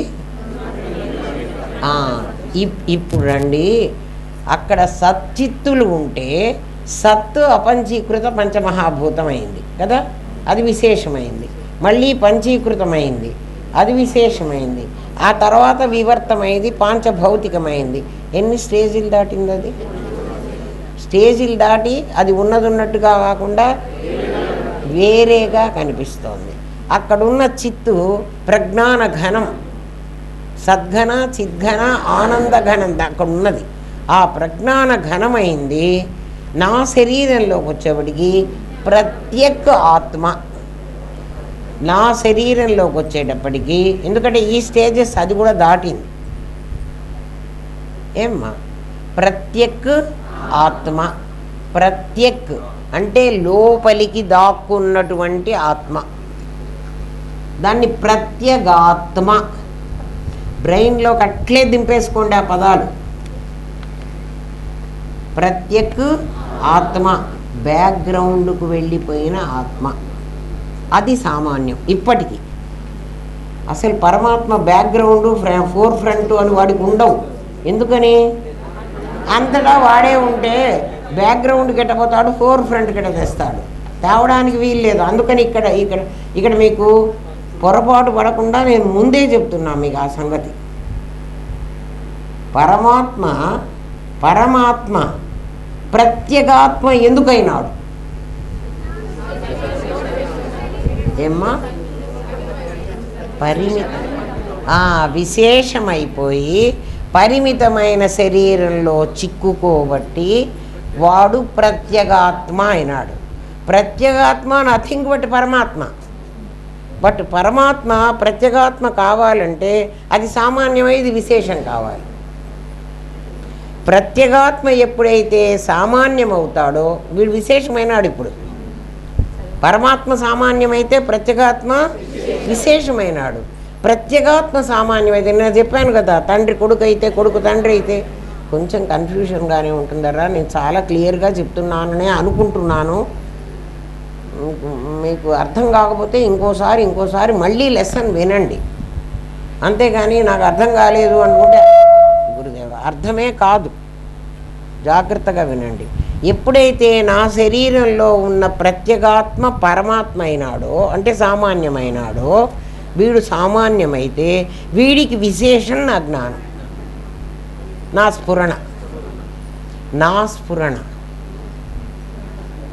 ఎందుకు నా అన్నాను? అది పరిమితమైన దేహంలోకి వచ్చేటప్పటికీ వాడు నిజంగా సామాన్యమే అయినా ఇక్కడ విశేషమైపోయి మళ్ళీ సామాన్యమై దాని బుద్ధి దర్పణంలో పడి వాడు జ్ఞానం అనేటువంటి పేరు తెచ్చుకున్నాడు. నీకు ఎట్లా చెప్తున్నావు నేను ఉన్నాను అని అంటే, నా జ్ఞానంతో చెప్తున్నాను అన్నావు. నీ జ్ఞానంతో చెప్తున్నావు. నీ జ్ఞానం ఎక్కడుంది అంటే అది జ్ఞానం విశేషం, దానికి సామాన్యం ఎవరు? ప్రత్యేగాత్మ. ఈ ప్రత్యేగాత్మ విశేషమైతే పరమాత్మ సామాన్యం అవుతాడు కదా. పరమాత్మ విశేషమైతే చిత్త సామాన్యం అవుతుంది. అర్థమైందా? చాలా జాగ్రత్తగా అర్థం చేసుకోండి. ప్రతి స్టేజీ మీకు అర్థం కావాలి. అది అర్థమైతే ఇంకో 50% అర్థమైపోతుంది. చూడండి, వినండి. ఇవాళ ఈ పాఠం అయిపోయే లోపల మీకు మొత్తం ఆత్మ అర్థం కావాలి. 50% కాదు. చెప్పాను కదా మీకు, ఎవరికన్నా 99 వచ్చిందంటే నేను ఒప్పుకోను. వస్తే 100 రావాలి, లేకపోతే 0 రావాలి. ఎప్పుడో అమెరికా నుంచి పంపించా మీకు ఈ మాట. నాకు కొంచెం వచ్చండి, నాకు కొద్దిగా తెలుసండి. నో, నీకు అసలు ఏం తెలియదు కదా. వినండి, అది దేహ విలక్షణంగా దేహంలోనే ఉంటుంది. ఎవరది? ఆ ప్రత్యేక్ ఆత్మ. ప్రత్యేక్ ప్రత్యక్ పరాక్, పరా ప్రత్యక్ చితి రూప అమ్మవారు. పరాక్, పరాక్ అంటే బయట, బయట ఎక్కడుంది? సత్సామాన్య సద్విశేషాలుగా ఉంది. ప్రత్యక్ నా లోపల ప్రత్యేగాత్మగా ఉంది. పరా ప్రత్యక్ చితి రూప, ఎవరు ఈ రూపం? చిత్. ఆ చిత్తు అది అది బ్రహ్మము, అది పురుషుడో స్త్రీయో నాకు తెలియదు. దానిలో ఉన్నది చితి, ఆ చిత్తు యొక్క శక్తి. పరా ప్రత్యక్షితి రూప పశ్యంతి పరదేవత. ఎందుకురా ఊరికే లలిత సహస్రనామం చదువుతారా? అర్థం కాకుండా తల్లి.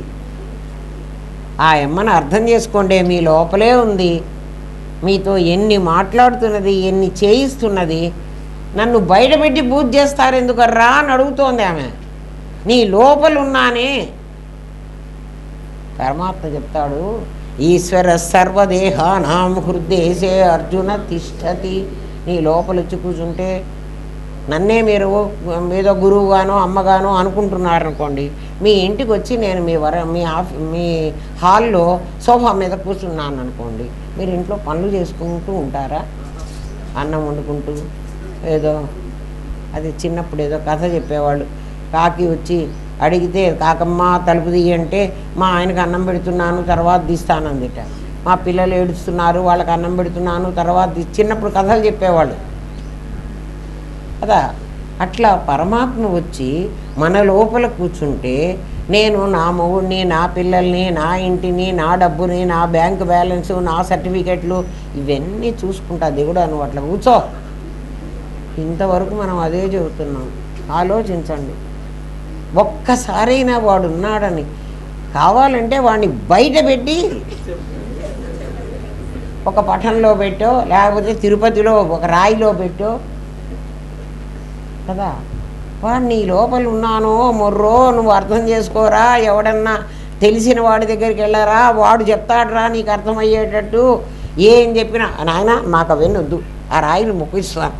ఓ రాయి నాకేమిస్తావు? తలకాయ పగల కొట్టుకుంటా ఇయ్యకపోతే. ఏం ప్రయోజనం ఉందర్రా? ఇంత కూడా లాభం లేదు మనం చేస్తున్న పనులలో. ఎందుకు అంటే ఒకచోట ఉన్నవాడిని ఒకచోట మొక్కితే ఏం ప్రయోజనం?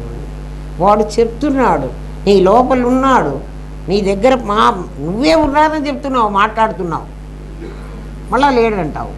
వాడు ఉన్నాడో లేడో నీకే అనుమానం. ఎందుకంటే నువ్వు ఉన్నావో లేదో నీకు అనుమానం అన్నమాట. ఎవరికన్నా పిచ్చోడు అన్నాళ్ళు కదరా నువ్వు ఉన్నావా లేవా అంటే నాకే అనుమానం అంటే. పైగా దేవుడు లేడని సుప్రాంశం. ఊరు డప్పులు కొట్టి యేసుక్రీస్తుగా ఉన్నాడా అల్లాగా ఉన్నాడా అంటే విశేషాలు ఏముంటే నాకేమిటి, ఉండకపోతే నాకేమిటి. సామాన్యంగా అయితే ఇందాకే చెప్పా కదా, సత్ ఎక్కడుంది? ఆఫ్రికన్లో ఉంది, అమెరికన్లో ఉంది, జర్మన్లో ఉంది. ఎవరిలోనైనా సత్తు ఉండి తీరాలి. అట్లాగే చిత్తు కూడా ఉండి తీరాలి. ఉండకుండా ఉండటానికి వీల్లేదు. ఏమ్మా ఆ చిత్ అనేది ప్రత్యేకాత్మ అనే పేరుతో పరా ప్రత్యక్షితి రూప. చిత్ అనేటువంటిది చితి అనే దానిలో ఉన్న చైతన్య శక్తిని నీ లోపల నా లోపల సామాన్యంగా ఉండి అది స్ఫురణ అనే పేరుతో జ్ఞానం అనే పేరుతో విశేషంగా ఉంది. నీకు జ్ఞానం ఉన్నది అంటే నీకు ఆ చితి ఉన్నట్లే లెక్క. ఎందుకంటే సామాన్యం లేకుండా విశేషం రాదు కదా. విశేషం ఉందని నువ్వు ఒప్పుకుంటే, నా గొలుసు బంగారమేనని నేను ఒప్పుకుంటే నా ఇంట్లో బంగారం లేదండి అంటే ఎట్లా? మరి ఇదేమిటిది? మనం అందరం అదే అంటున్నాం. పిచ్చోళ్ళవా మంచోళ్ళవా ఆలోచించుకుంటా. అంటే నీ చెప్తున్నది మాత్రం అస్సలు ఏమీ పొరపాటుగా చెప్పట్లేదు. ఎవడికి వాడికి మీ లోపల ఇది ఉన్నది, అవును ఇది నిజం నిజం నిజం అని మీ లోపల వాడు మాట్లాడుతున్నాడా లేదా ఆలోచించుకోండి. వాడు మాట్లాడితేనే ఇది ఒప్పుకోండి. వాడు ఎక్కడైనా కాదంటే లేవండి, ఇప్పుడే సమాధానం చెబుతా వాడికి. ఏం అడ్డం వేసుకున్నావురా అని అడుగుతా. భగవద్గీతలో మీకు గీత ప్రమాణం కావాలి కదా. శరీరస్థోపి కౌంతేయ నకరోతి నలిప్యతే. శరీరంలోనే ఉండి, ఎవడు వాడు? ప్రత్యక్ కదా. శరీరంలోనే ఉండి, ఆ ప్రత్యక్ సామాన్యం కానీ అది ఒకప్పుడు విశేషం. అందుకని అది మర్చిపోవాకండి. మీరు దాని సామాన్యం అన్నారు కదా, అంటే అది విశేషం కదా. అది విశేషమే. దాని సామాన్యం ఏమిటి? పరమాత్మ. ఇక్కడ ప్రత్యేగాత్మ. శరీరస్థోపి, అందుకే శరీరస్థోపి అన్నాడు. శరీరస్థ అంటే దాంట్లో ఉండి, అపి అయినప్పటికీ నా కరోతి నా లిప్యతే. నువ్వు ఇందాక నా జ్ఞానం ఉంది అన్నావు, అది విశేషమైంది జ్ఞానమైంది అన్నావు కదా, అది విశేషమైంది కదా. నా జ్ఞానం ఉంది అన్నావు కదా, నాకు స్ఫురణ ఉంది, నువ్వు ఉన్నావా అంటే నేను ఉన్నాను, నా జ్ఞానం ఉండే ఉన్నానని చెప్తున్నాను అంటున్నావు కదా. ఆ శరీరంలో ఉన్న నీ జ్ఞానం నా కరోతి నా లిప్యతే. ఒక్క పని చేయటం లేదుట, అది పని చేయటం లేదుట. నా లిప్యతే తగులుకోవటం లేదు అంటే కర్మని అంటించుకోవటం లేదు. కర్మ చెయ్యటం లేదు, కర్మని అంటించుకోవటం లేదు. అది కర్మ చెయ్యదుట, కర్మ అంటించుకోవటంలే, భోక్తృత్వం లేదు. నా కరోతి నా లిప్యతే. బట్ శరీరస్థోపి, శరీరంలోనే ఉంది. ఏమోనండి, ఉందో లేదో మాకు తెలియటం. నీ జ్ఞానం ఉంది కదురా. నీ జ్ఞానం ఉందంటే నీ శరీరంలో ఖచ్చితంగా ఉండాలి. అది దానిలాగా కనపడదు అని ముందే చెప్పాము. అది దానిలాగా కనపడదు. మరి ఏం చేస్తోందండి అంటే చూడండి, ఆ శక్తి అవ్యక్తంగా నీ లోపల ఉండి, ఏ శక్తి? ఆ జ్ఞానశక్తి. దాని పేరు జ్ఞానశక్తి. అది అవ్యక్తంగా నీ లోపల ఉండి, అది వ్యక్తం కావటల్లా, అవసరమైనప్పుడు ఇచ్ఛా జ్ఞాన క్రియాశక్తులుగా వ్యక్తమవుతూ ఉంటుంది. అవసరమైనప్పుడు ఆ శక్తి ఏం చేస్తూ ఉంటుందంటే, ఆ స్ఫురణ అనే జ్ఞానశక్తి ఇచ్ఛగాను జ్ఞానంగాను క్రియగాను. ఇచ్ఛగా ఉన్నప్పుడు నీ మనస్సులో దూరుతుంది, అది ఆలోచన రప్పిస్తుంది. దాన్నే సంకల్పం. మనస్సులో చేరితే అది శరీరంలో ఉంటుంది. అది మనస్సులో చేరినప్పుడు అది ఆలోచిస్తుంది. ఆలోచించినప్పుడు దానికి సంకల్పం వస్తుంది. దాన్ని ఇచ్ఛ అంటున్నాం. అర్థమైందా? ఇచ్ఛాశక్తి. సంకల్పం రాగానే సముద్రంలో అల వచ్చినట్టు నీ లోపల ఒక సంకల్పం వచ్చింది. సంకల్పం ఎలా వస్తోంది? మనస్సు అనేటువంటి సత్తు మీద, సద్విశేషం కదా, మనస్సు సద్విశేషం కదా, మనస్సు ఉన్నది అంటున్నావు, అందుకని సద్విశేషం. ఆ మనస్సు మీద ఎవరు పడ్డారు అంటే ఈ ఇచ్ఛ అనే సంకల్పం పడి, ఇచ్ఛ అనే సంకల్పంలో ఏమొచ్చింది? నా శక్తి పేరు స్ఫురణ. ఆ స్ఫురణ మనస్సుతో చేరి నాకు ఒక ఆలోచన కలిగించింది. అసలు ఆలోచన ఎట్లొచ్చింది? నాకు మనస్సు చేరింది, చైతన్యం ఇచ్చింది, ఆలోచన ఇచ్చిందని చెప్తున్నారు. సంతోషం. ఆ ఆలోచన ఎందుకు రావాలి అంటే, నా దగ్గర చాలా వాసనలు దాచిపెట్టుకున్నాను. పిల్లవాడి బుట్టలో ఇన్ని బొమ్మలున్నాయి. వాడికి బుద్ధి పుట్టినప్పుడు బుద్ధి పుట్టిన బొమ్మని వీక్కొని ఆడుకుంటాడు. అవునా కాదా? బుట్టలో అన్ని బొమ్మలు ఎందుకు ఉన్నాయి? వాళ్ళ అమ్మ నాన్న చాలా బొమ్మలు కొనిచ్చారు. ఒక్క బొమ్మే కొనిచ్చారు, అసలు బుట్టే పెట్టుకోడు.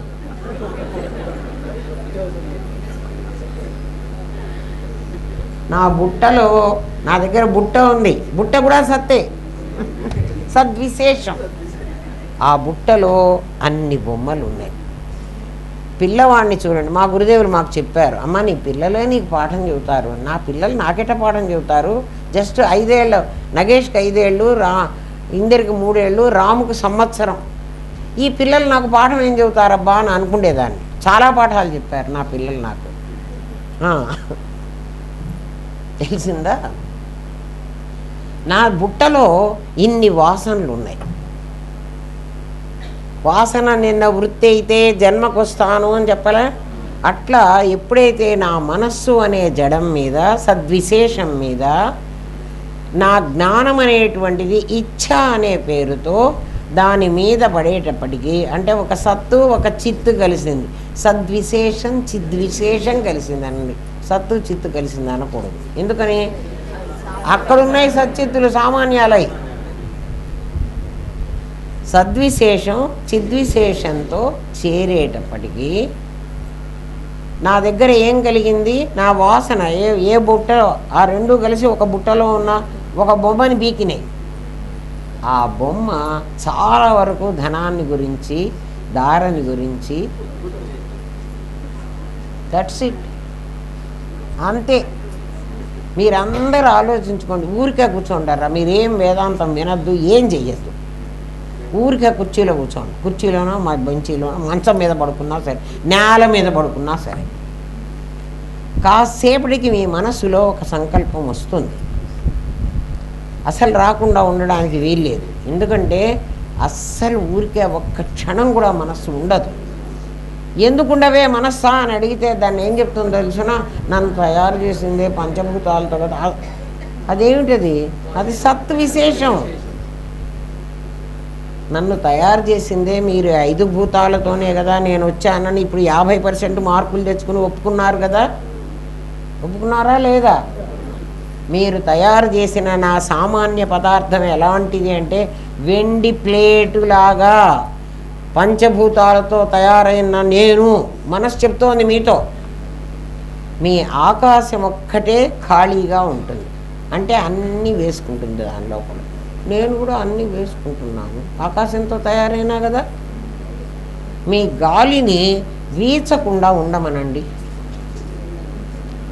గాలి వీచకుండా ఉంటే, గాలికి వీచే రోగం అది లోయర్ ప్రెషర్లో దగ్గరికి, ఆ అప్పర్ ప్రెషర్లో నుంచి అదే గాలి వీచటం రా. గాలి సమంగా చేసుకుంటుంది. నీళ్లు పోయండి, నీళ్లు సమంగా ఇట్లా ఉంటాయి.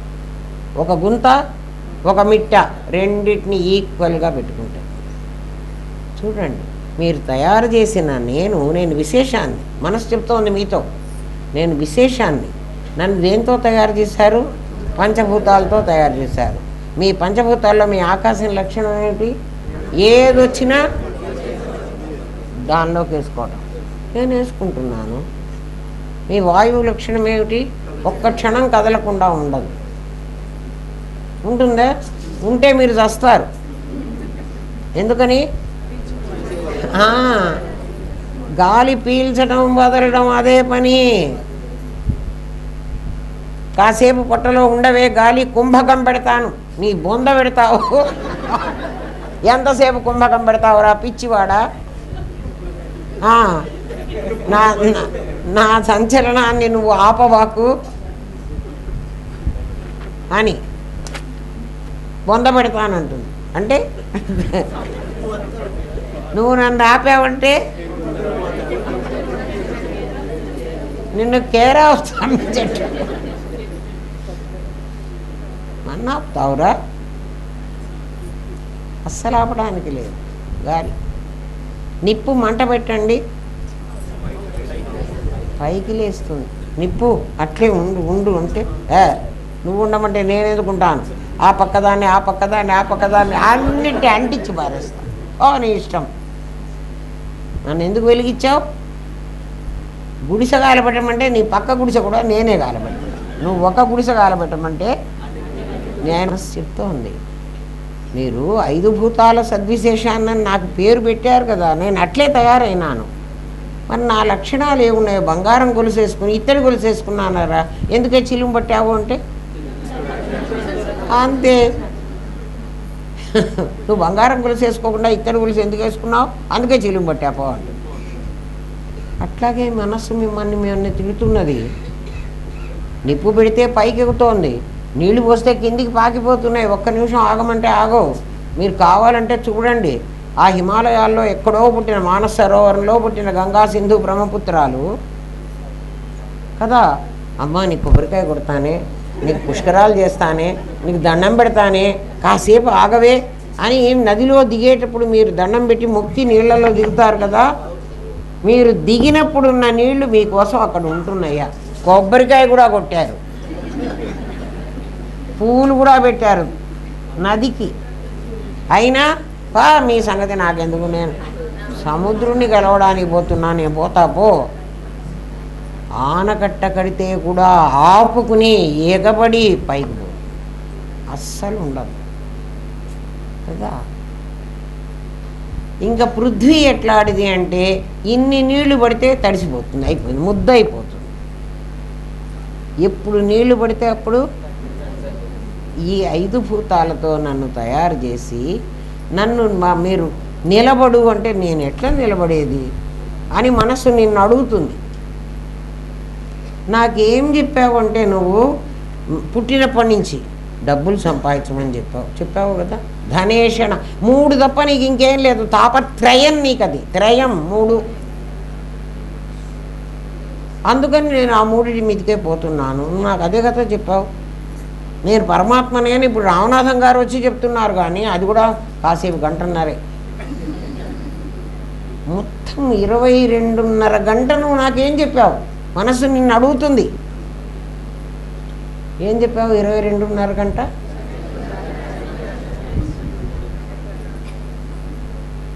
ఏమన్నా కనపడంగానే ఇది మా అమ్మాయికి అయితే చాలా బాగుంది, ఆ అమ్మాయి ఇక్కడ లేదు, ఎక్కడో అమెరికాలో ఉంది, నీకెందుకు మీ అమ్మాయి గురించి, దాని కర్మ అది పుట్టింది, అది బతుకుతుంది. అమ్మ ఏమండి మా అమ్మాయిని అట్లా అంటారు, మీ అమ్మాయి ఎక్కడ, అసలు వీడు పొద్దున్న నాకు చెప్తున్నాడు మేనబాబు ఎక్కడున్నాడు అని, నాకు చాలా నచ్చింది. మనం పెట్టుకున్న పేర్లే కదే, అవన్నీ జీవ సృష్టి కదా. అది అర్థమైతే చాలా బాగుంటుందమ్మా. నేను అందుకే ఇంత ఆనందంగా ఉన్నాను, మీరు కూడా ఇంత ఆనందంగా ఉండండి. ఆనందధామంలో ఆనందమే ఆనందం, ఇంకోటి ఉండడానికి అసలు దీనికి చోటే లేదు. చీకటికి ఇక్కడ, అజ్ఞానానికి, అవిద్యకి అసలు తావులేదు. గేటు దాటి వస్తే చంపము, ఇక్కడ బయట ఎంత ధైర్యం వాటికి రావడానికి. ఎవరికి ఆనందం కావాలంటే వాళ్ళు వచ్చి ఆనందధామంలో ఉండిపోండి, మీకు ఇంకా ఏ సమస్యలు రావు. అసలు వస్తే సాల్వ్ చేసుకోవడం కాదు, అసలు రానే రావు. ఎందుకని ఇక్కడ మనస్సును కట్టేసేవాడు ఒకడు ఉన్నాడు. మనస్సు ఆ మాట చెప్తుందట. అందుకని ఇచ్ఛా సంకల్పం కలిగింది, ప్లాన్ వేసుకుంది. ఇక్కడ జ్ఞానానికి అర్థం ప్లానింగ్, క్రియకు అర్థం ఎగ్జిక్యూషన్. ఇచ్ఛా ఇందాక జ్ఞానానికి అర్థం అది కాదు. చిత్తు యొక్క విశేషాన్ని ప్రత్యక్షితి యొక్క విశేషము ఇందాక స్ఫురణ, జ్ఞానం, అది జ్ఞానం. ఆ జ్ఞానానికి తెలివి అని పేరు. ఈ జ్ఞానానికి ప్లానింగ్, ఇచ్ఛాశక్తి, జ్ఞానశక్తి, క్రియాశక్తి స్వరూపిణి. ఈ జ్ఞానానికి ప్లాన్. నీకు సంకల్పం కలగంగానే ఇది ఎలా చెయ్యాలి అని అది ప్లానింగ్ వేసుకుంటుంది. మరి అది జ్ఞానమే, ఇది జ్ఞానమే. అందుకని జాగ్రత్త. ఒకే పదం సంస్కృతంలో అట్లాగే ఉంటాయి, చాలా అర్థాలు ఉండేటువంటివి. అది గురువు చెప్తేనే మనకు తెలుస్తుంది, మనకు చదువు రాదు కాబట్టి. ఎప్పుడైతే ఇచ్ఛ కలిగిందో ఇచ్ఛ వెంటనే జ్ఞానం చెప్పేసింది.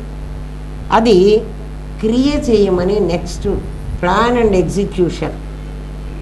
ప్లాన్ చేయటం, ఎగ్జిక్యూట్ చేయటం, క్రియాశక్తి.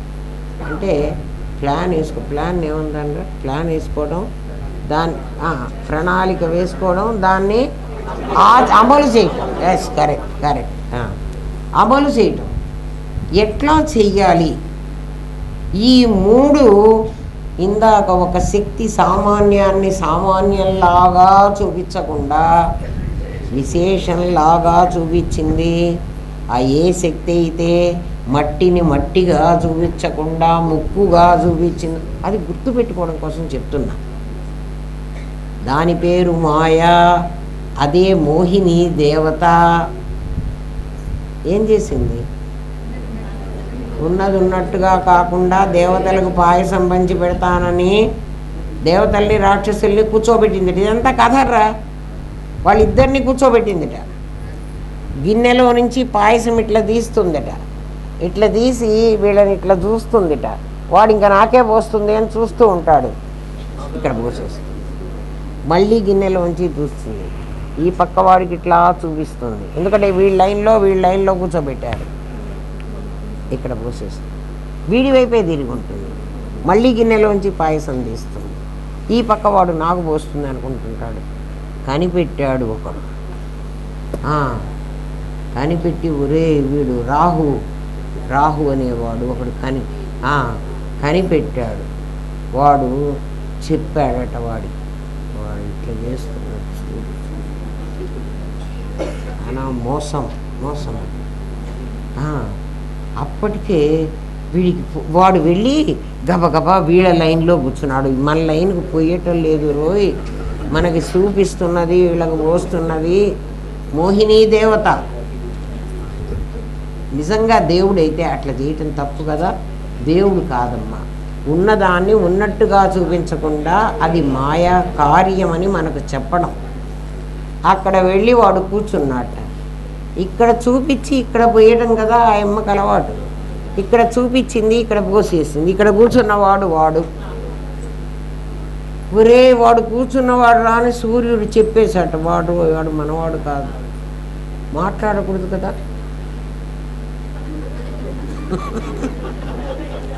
వాడు మనవాడు కాదు అనేటప్పటికీ వెంటనే చక్రం పంపించేశాడు. అప్పటికే వాడి గొంతులో దిగింది కాస్త. గొంతులో నుంచి ఆ అమృతం కాస్త దిగింది. అప్పటికి తర్వాత వచ్చి ఆ విష్ణుమూర్తి ఆయుధం కంఠం ఛేదించింది. దీనికి ఒక మొండెము, దీనికి ఒక తలకాయ, రెండు వచ్చింది. ఒకడు రాహువు, ఒకడు కేతు, ఇద్దరు తయారైనారు. ఈ 7గురిలో మీరు ఇద్దరు కూడా పడి ఉండండి పొమ్మని వాళ్ళకి. అందుకని మోసం చేసి వాళ్ళని ఇట్లా చేశారు కదా. అందుకని చూడండి, నవగ్రహాల్లో ఒక గ్రహానికి శరీరం ఉంటుంది, తలకాయ ఉండదు. ఒకడికి తలకాయ ఉంటుంది, శరీరం ఉండదు. ఇద్దరు రాహువులు కేతువులు, వాళ్ళిద్దరూ 180 డిగ్రీల్లో ఇట్లా ఉంటారు. వీడు ఇక్కడ ఒకడు, ఇక్కడ ఒకడు. ఈ మధ్యలో ఈ గ్రహాలన్నింటినీ పడేసుకుంటారు కదా. వీళ్ళిద్దరు కాపలా కాస్తూ ఉంటారు. వీళ్ళిద్దరికీ ఎటువంటి శక్తి ఉంటుందంటే, అవసరమైతే వక్రగమనం. ఇటు నుంచి తిరుగుతుంటారు అనుకోండి, వద్దు ఇటు తిరుగుదాం. వీడు కూడా అంతే, ఒక లైన్లో పోతూ ఉంటాడు. మనకి చదరంగంలో చెస్ బోర్డులో 2 అడుగులేసి 1 అడుగు వేస్తాడు గుర్రంగాడు. గుర్రం ఎట్లా వేస్తుంది? 3 అడుగులు వేసేటప్పుడు 3 ఇట్లా వేసుకోవచ్చు కదా, వేయదు. ఇట్లా వేసి పక్కకు వస్తుంది. గుర్రం నడక అది. ఏనుగు నడక ఇంకొకటి ఇట్లా పోతుంది కదా. ఉంటే క్యామెల్ ఇట్లా క్రాస్గా పోవాలి. వాటి నడకలు ఎట్లుంటాయో ఈ గ్రహాల నడకలు కూడా అట్లే ఉంటాయి. జ్యోతిష్యం అందుకే చెప్తారు. అదొక సైన్స్. వదిలేద్దాం, మనకెందుకు అవ్వాలి.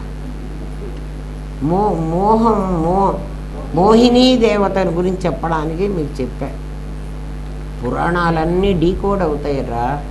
అది అందుకే వీళ్ళందరూ రామాయణం జరిగిందా జరగలేదా, భారతం జరిగిందా జరగలేదా అన్ని కథలు గాథలు. నీకు కథలైతే ఏం గాథలైతే ఏం. రామాయణంలో రాముడు ఎట్లున్నాడో అట్లా ఉండరా నీ దుంపదగా కదా. కృష్ణుడు ఏం చెప్పాడో అది వినరా అని చెబితే అది ఉందా లేదా నీకెందుకు? ఉంటే నీకేంటి లాభం, లేకపోతే నీకేంటి లాభం, నీకేమి నష్టం? అదంతా లేదు మనుషులకి. ఏమ్మా, ఎప్పుడైతే ఇచ్ఛ, జ్ఞాన, క్రియ అనేటువంటి 3 శక్తులు వచ్చాయో అవి ఆ విశేషంలాగా పనిచేయకూడదు. అది ఏం చేస్తుందంటే చిద్విశేషం. అది ఏం చేస్తుందంటే కళ్ళల్లో చూపుగాను, చెవిలో వినికిడిగాను, ముక్కులో వాసన చూడటంగాను కదా, నాలుకలో రుచిగాను, శబ్ద స్పర్శ రూప రస గంధాలు 5 ఇంద్రియాల్లో చేరి మళ్ళీ అప్పుడు అది చిద్విశేషం సామాన్యమైతే ఇవన్నీ విశేషాలు. సో ఏకం సత్ విప్రా బహుధా వదంతి చెప్పేస్తున్నారు. ఏమ్మా అంటే అప్పటి వరకు ఉపాధి ధర్మాలను నిర్వర్తిస్తూ ఉపకరణాలు ఇవి, వీటిని ఆధారంగా చేసుకుని ఉపాధి ధర్మాలను చేస్తున్నది నీ చిద్విశేషం. పొటెన్షియల్గా ఉన్నది చిత్ సామాన్యం, కైనటిక్ అయినది చిద్విశేషం. ఈ చిద్విశేషానికి ఏ చిద్విశేషాన్నైతే నేను అని అభిమానిస్తున్నాడో వాడు జీవుడు. ఇందులో వాడెక్కడన్నా ఉన్నాడా? సత్తులో వాడలేడు, చిత్తులో వాడలేడు, సత్సామాన్యంలో వాడలేడు, సద్విశేషంలో వాడలేడు, చిత్ సామాన్యంలో వాడలేడు, చిద్విశేషంలో వాడలేడు.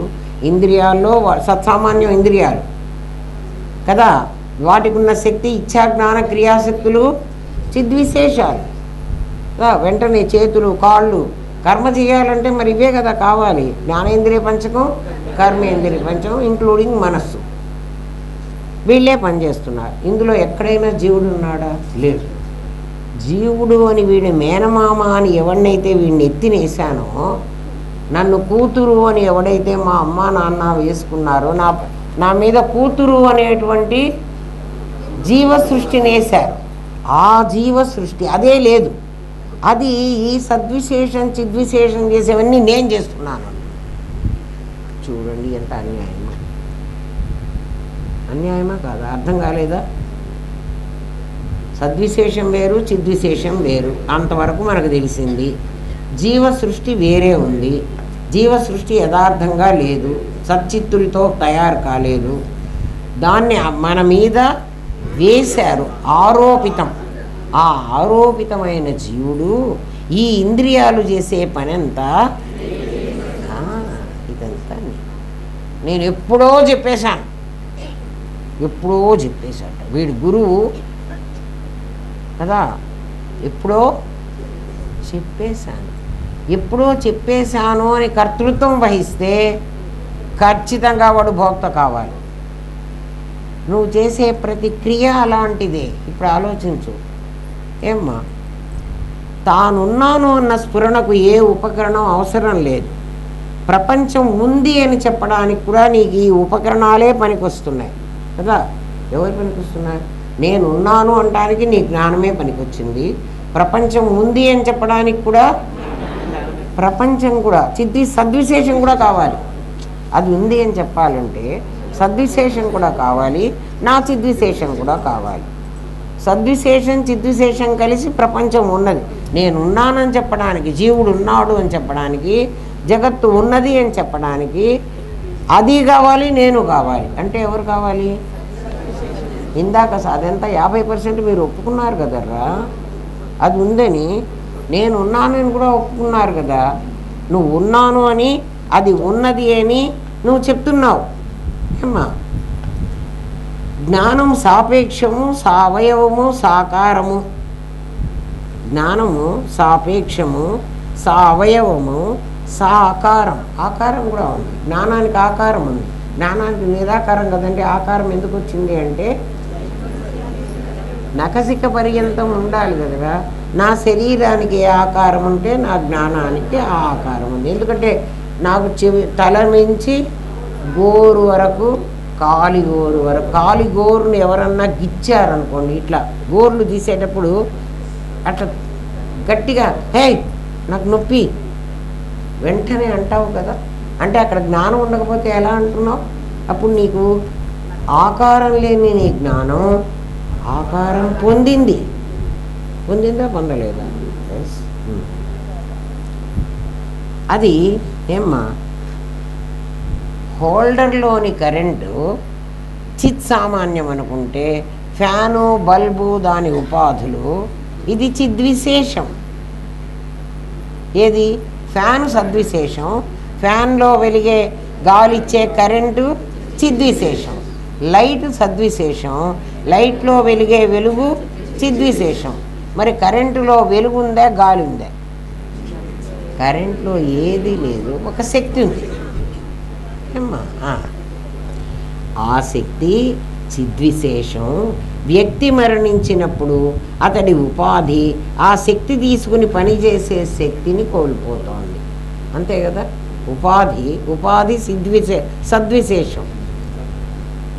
దాని చిద్విశేషం వల్ల అది పనిచేస్తోంది కదా. లోపల ప్రత్యక్ ఉంది, ఉన్నా కూడా ఇది ఉన్నది ఉన్నట్టుగా కాకుండా నకసిక పర్యంతం పనిచేస్తోంది. కరెంట్లో బల్బులో ఫిలమెంట్ పోతే హోల్డర్లో కరెంట్ ఎలా ఉంటుందో, నేను మరణిస్తే నా లోపల ఉన్న ప్రత్యక్ అనేటువంటి చిద్విశేషం అలాగే ఉంటుంది. అది చిద్విశేషం. నా శరీరంలో వచ్చేది చిత్ సామాన్యం కదా. ఇప్పుడు ఏం పోయింది? చిద్విశేషం పోయింది. చిద్విశేషం ఏమిటి? నా కళ్ళల్లో నుంచి, నా చెవుల్లో నుంచి శక్తి 5గా డివైడ్ అయిపోయి ఎప్పుడైతే వస్తుందో అది కదా పోయింది. అది పోతే నేను మొత్తం పోయినాను, టోటల్ పోయినాను అంటున్నారే. విశేషం నా గొలుసు పోతే మీరు వెంటనే బంగారం పోయిందంటారా? బంగారాన్ని పోగొడతానని కంసలు వాడంటే నా గొలుసు అసలు వాడికి ఇయ్యను. నా గొలుసు తూకమేసి వాడికి ఇచ్చి ఈ కాసుల పేరు కరిగిచ్చి నా బంగారం నాకు ఇవ్వమంట. కరిగిచ్చినందుకు కావాలంటే 100 రూపాయలు 200 తీసుకో.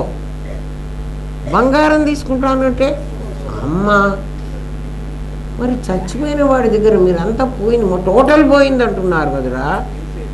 ఏం పోలే, మరి ఏం పోయింది చెప్పండి. ఏ జీవుణ్ణైతే వాడి మీద వేశానో ఆ పరిమితమైనటువంటి దేహంలో ఉన్న ఇచ్ఛా, జ్ఞాన, క్రియాశక్తులు అనేటువంటి చిద్విశేషం పోతే అంతే కదా, వాడు చచ్చిపోయినాడు. చావు అబద్ధం. ఎవ్వడు చావడసలు. ఇప్పుడు చచ్చిపోయినారని డెత్ సర్టిఫికెట్లు ఇస్తున్నారు కదండి. ఎవడిస్తున్నాడో తెలుసునా? ఒక బతికిన వాడు ఒకడు చచ్చాడని సర్టిఫికెట్ ఇస్తున్నాడు. చచ్చిన వాడు ఎవడు సర్టిఫికెట్ ఇవ్వటల్లా. అవునా కాదురా కదా. చచ్చేవాడు ఏం చెప్తున్నా అంటే చచ్చిపోతున్నా పోతున్నా. ఎవడన్నా పోతున్నా అన్నవాడు చచ్చాడా? చస్తాడా? నేను చస్తున్నా అన్నాడు. చచ్చిపోయాడు అనే మీరు కూడా చెప్తున్నారు వాడిని. చచ్చిన వాడెవడు? పొయ్యేవాడెవడు? చచ్చినవాడు నామరూపాలు, పొయ్యేవాడు సామాన్యాలు. అంతేనా? పోవటంలే. ఎవడు చావడు అసలు. చస్తాడనే భయమే అక్కర్లేదు. అసలు చచ్చేవాడే లేడురా. ఫిలమెంట్ పోతే కదా కరెంటు పోయింది. కరెంటు పోయిందంటావు ఏమిటి? కరెంటు పోవడానికి వీల్లేదు.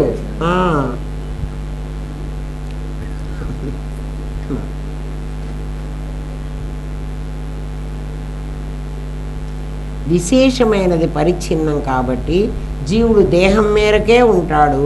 తానున్నాను అని గ్రహించే సామాన్య స్ఫురణ దేహం మేరకే ఉందా, వ్యాపించే అంతటా ఉందా అని ప్రశ్నించుకో. ప్రపంచంలోని అన్నింటినీ ఉన్న ఉనికితో పాటు ఏమిగా ఉన్నాయో అని కూడా ప్రమాణంతో గ్రహిస్తున్నావు కదా. అన్నిటినీ సత్తుతో పాటు బ్రహ్మాండంలో జగత్తు దేశకాల వస్తువులుగా, జీవుడు నామరూప క్రియలు. నామరూప క్రియలు లేనివే, దేశకాల వస్తువులు లేనివే.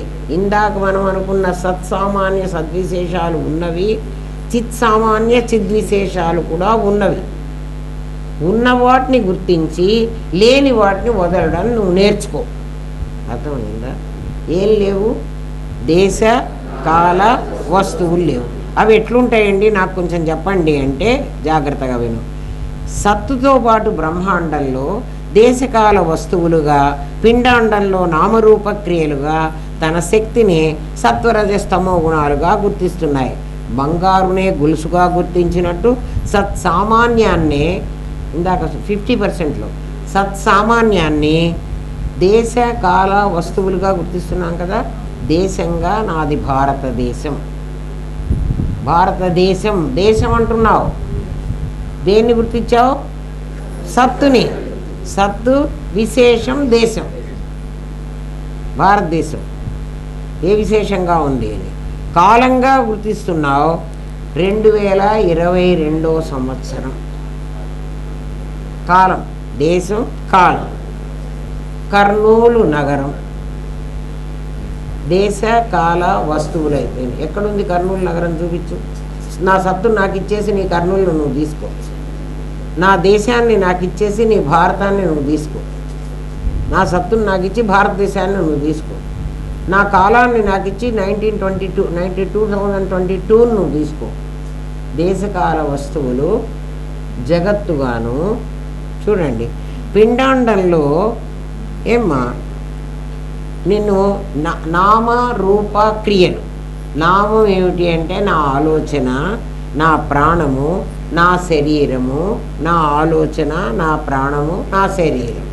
ఈ 3 పిండాండం.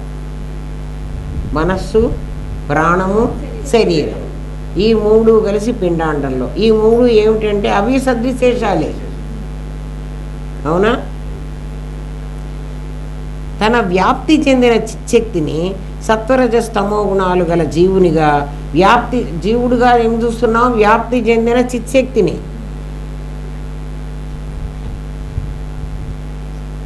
వ్యాప్తి చెందిన సత్తును జగత్తుగా గుర్తించినప్పుడు అది పరిమితమా అపరిమితమా? అపరిమితం. జీవుడు సింగిల్ కాదు కదురా. వ్యాప్తి చెందినటువంటి చిద్విశేషం అంటున్నావు. వ్యాప్తి చెందిన సద్విశేషం. అమెరికను, ఆఫ్రికను వాళ్ళందరిలో ఒక సత్తే ఉందంటున్నావు. అట్లాగే ఒక చైతన్య శక్తే ఉందంటున్నావు. ప్రత్యక్కే ప్రత్యేగాత్మ, అదే స్ఫురణ అనే రూపం అయిందంటున్నావు. ఇక ఆలోచించు, అది పరిమితం అపరిమితం కాకపోతే పరమాత్మ అనేవాడు ఇంకెవడు లేడు. ఇంకా దేవుడు ఎవడున్నాడు? వాడు అహం బ్రహ్మాస్మి, నేనే దేవుణ్ణి అనే అధికారం వాడికి ఉంది. వేరే దేవుడు లేడు అని చెప్పే అధికారం కూడా వాడికే ఉంది. ఎందుకంటే వేరే లేడు కదా, వాడే కదా. జగత్తు వాడే, జీవుడు వాడే. అది సత్తే, ఇది సత్తే. అది చిత్తే, ఇది చిత్తే కదా. అది ఇది అని 2 లేవు, అంతా కలిసి ఒకటి. వీడు అట్లా తెలిసిన వాడు దేవుడు లేడు అని చెప్పచ్చు. అప్పుడు దేవుడు లేడంటే వాడు ఏమనాలి? నేనే దేవుణ్ణి అనాలి. ఎందుకంటే నేనే సచ్చిత్తును కదా. ఏం అర్థం అవుతోంది కదా. ప్రయత్నించి ఇంత కష్టపడి తెలుసుకుని జీవుడు తాను చిద్విశేషమని, జగత్తు తన సద్విశేషమని గుర్తించిన వాడు మాత్రమే పరమాత్మ లేడు అనాలి. ఏ ప్రయత్నం చేయక దేవుడు లేడు అనే నాస్తికవాదం సరైంది కాదు. కనిపించని దేవుడు ఉన్నాడని ఎలా నమ్మాలి అని వారి ప్రశ్న. నీకు కనిపించాలంటే వాడు జగత్తుగాను జీవుడుగాను మారిపోవాలి. వాడు మారే ఉన్నాడు. జ్ఞానానికి స్ఫురించేది జ్ఞేయం కదా. పరమాత్మ నీకు స్ఫురించాడంటే వాడు జ్ఞేయమైపోతాడు, నీవు జ్ఞాతమవుతావు. మీ ఇద్దరికీ మధ్య జ్ఞానం ఉండి తీరాలి. ఏమ్మా చెప్పండి. అసలు చాలా బాగుందరా ఈ ప్రశ్న. త్రిపుటి అద్వైతం కాదు, పరమాత్మ తానుగా స్ఫురణకు రావాలి. జీవుడు తానే, జగత్తుకు తానే అనే స్ఫురణ ఎప్పుడు వాడికి కలుగుతుందో అంతర్వ్యాప్తి, బహిర్వ్యాప్తి, స్వరూప వ్యాప్తి అయి ప్రజ్ఞాన ఘనంగా మిగులుతాడు. ఇది బ్రహ్మానుభవం, అదే ఆత్మానుభవం. తత్వమసీ మహావాక్యంలో తత్తు తానే అయిపోతాడు. లేదా తొమ్మని గురువు ఎవరికి చెప్పాడో వాడు తదసి అయిపోతాడు. తన్ను తానుగా గుర్తిస్తూ అన్నిటినీ గుర్తించేది సర్వత్రా నిండిన చైతన్య శక్తి, అదే పరబ్రహ్మ. ఆ అనుభవం కలిగిన జీవన్ముక్తుడు పానీయంబులు త్రావుచున్, కుడుచుచున్, భాషించుచున్, ఏ పని చేయుచున్నా చిద్విశేషాలే చేస్తున్నాయని గుర్తించాడు. కాబట్టి ప్రారంధం అయిపోతే పోతున్నాయని తన నీడ తనలో లయమైనట్టు విదేహముక్తుడు అనుభూతి పొందుతాడు. మీరు కూడా అట్లా విదేహముక్తుడైతే, నేను నడుస్తుంటే నాకంటే నీడ వేరుగా కనపడుతుంది. కొంతసేపటికి నేను కనుక నీడలోకి వస్తే, లేక 12 గంటలు అయితే సూర్యుడు నా నెత్తి మీదకి వస్తే, జ్ఞాన సూర్యుడు నా నెత్తి మీద ఉంటే నా నీడ నాలో లయమైనట్టు వాడి సద్విశేషం వాడిలోనే లయమైతుంది. వాడు విదేహముక్తుడే దేహం వదిలేసిన ముక్తుడవుతాడు. మరణం లేదు. ఇది ఎవడికి తెలిస్తే వాడికి మరణం లేదు. ఓం తత్సత్. స్వస్తి ప్రజాభ్య పరిపాలయంతాం న్యాయేన మార్గేణ మహీమహేష. ఓం బ్రాహ్మణేభ్యः శుభమస్తు నిత్యం లోకాः సమస్తాः సుఖినో భవంతు. ఓం పూర్ణమదః పూర్ణమిదం పూర్ణాత్ పూర్ణముదచ్యతే పూర్ణస్య పూర్ణమాదాయ పూర్ణమేవావశిష్యతే. ఓం శాంతి శాంతి శాంతి. ఓం నమో బ్రహ్మాదిభ్యో బ్రహ్మ విద్యా సాంప్రదాయ కర్తృభ్యో వంశ ఋషిభ్యో గురుభ్యో నమో మహద్భ్యః. సర్వోపద్రవరహిత ప్రజ్ఞానఘనః ప్రత్యగర్భో బ్రహ్మైవాహమస్మి బ్రహ్మైవాహమస్మి బ్రహ్మైవాహమస్మి. ఇది పూర్ణానుభవం అర్రా. ఇది అనుభవించిన వాడు మాత్రమే చెప్పగలరా. నేను అనుభవించా కాబట్టి నేను చెప్పగలుగుతున్నారా. మీరు కూడా అనుభవిస్తే మీరు కూడా ఇట్లనే చెప్తారు. ఇప్పుడు ఆ దర్పణే ముఖదర్శనవత్తు మీకు ఆత్మ తెలిసిందా తెలియలేదా? అద్దం మీ దగ్గర పెట్టానా లేదా? శాస్త్రం అనే అద్దం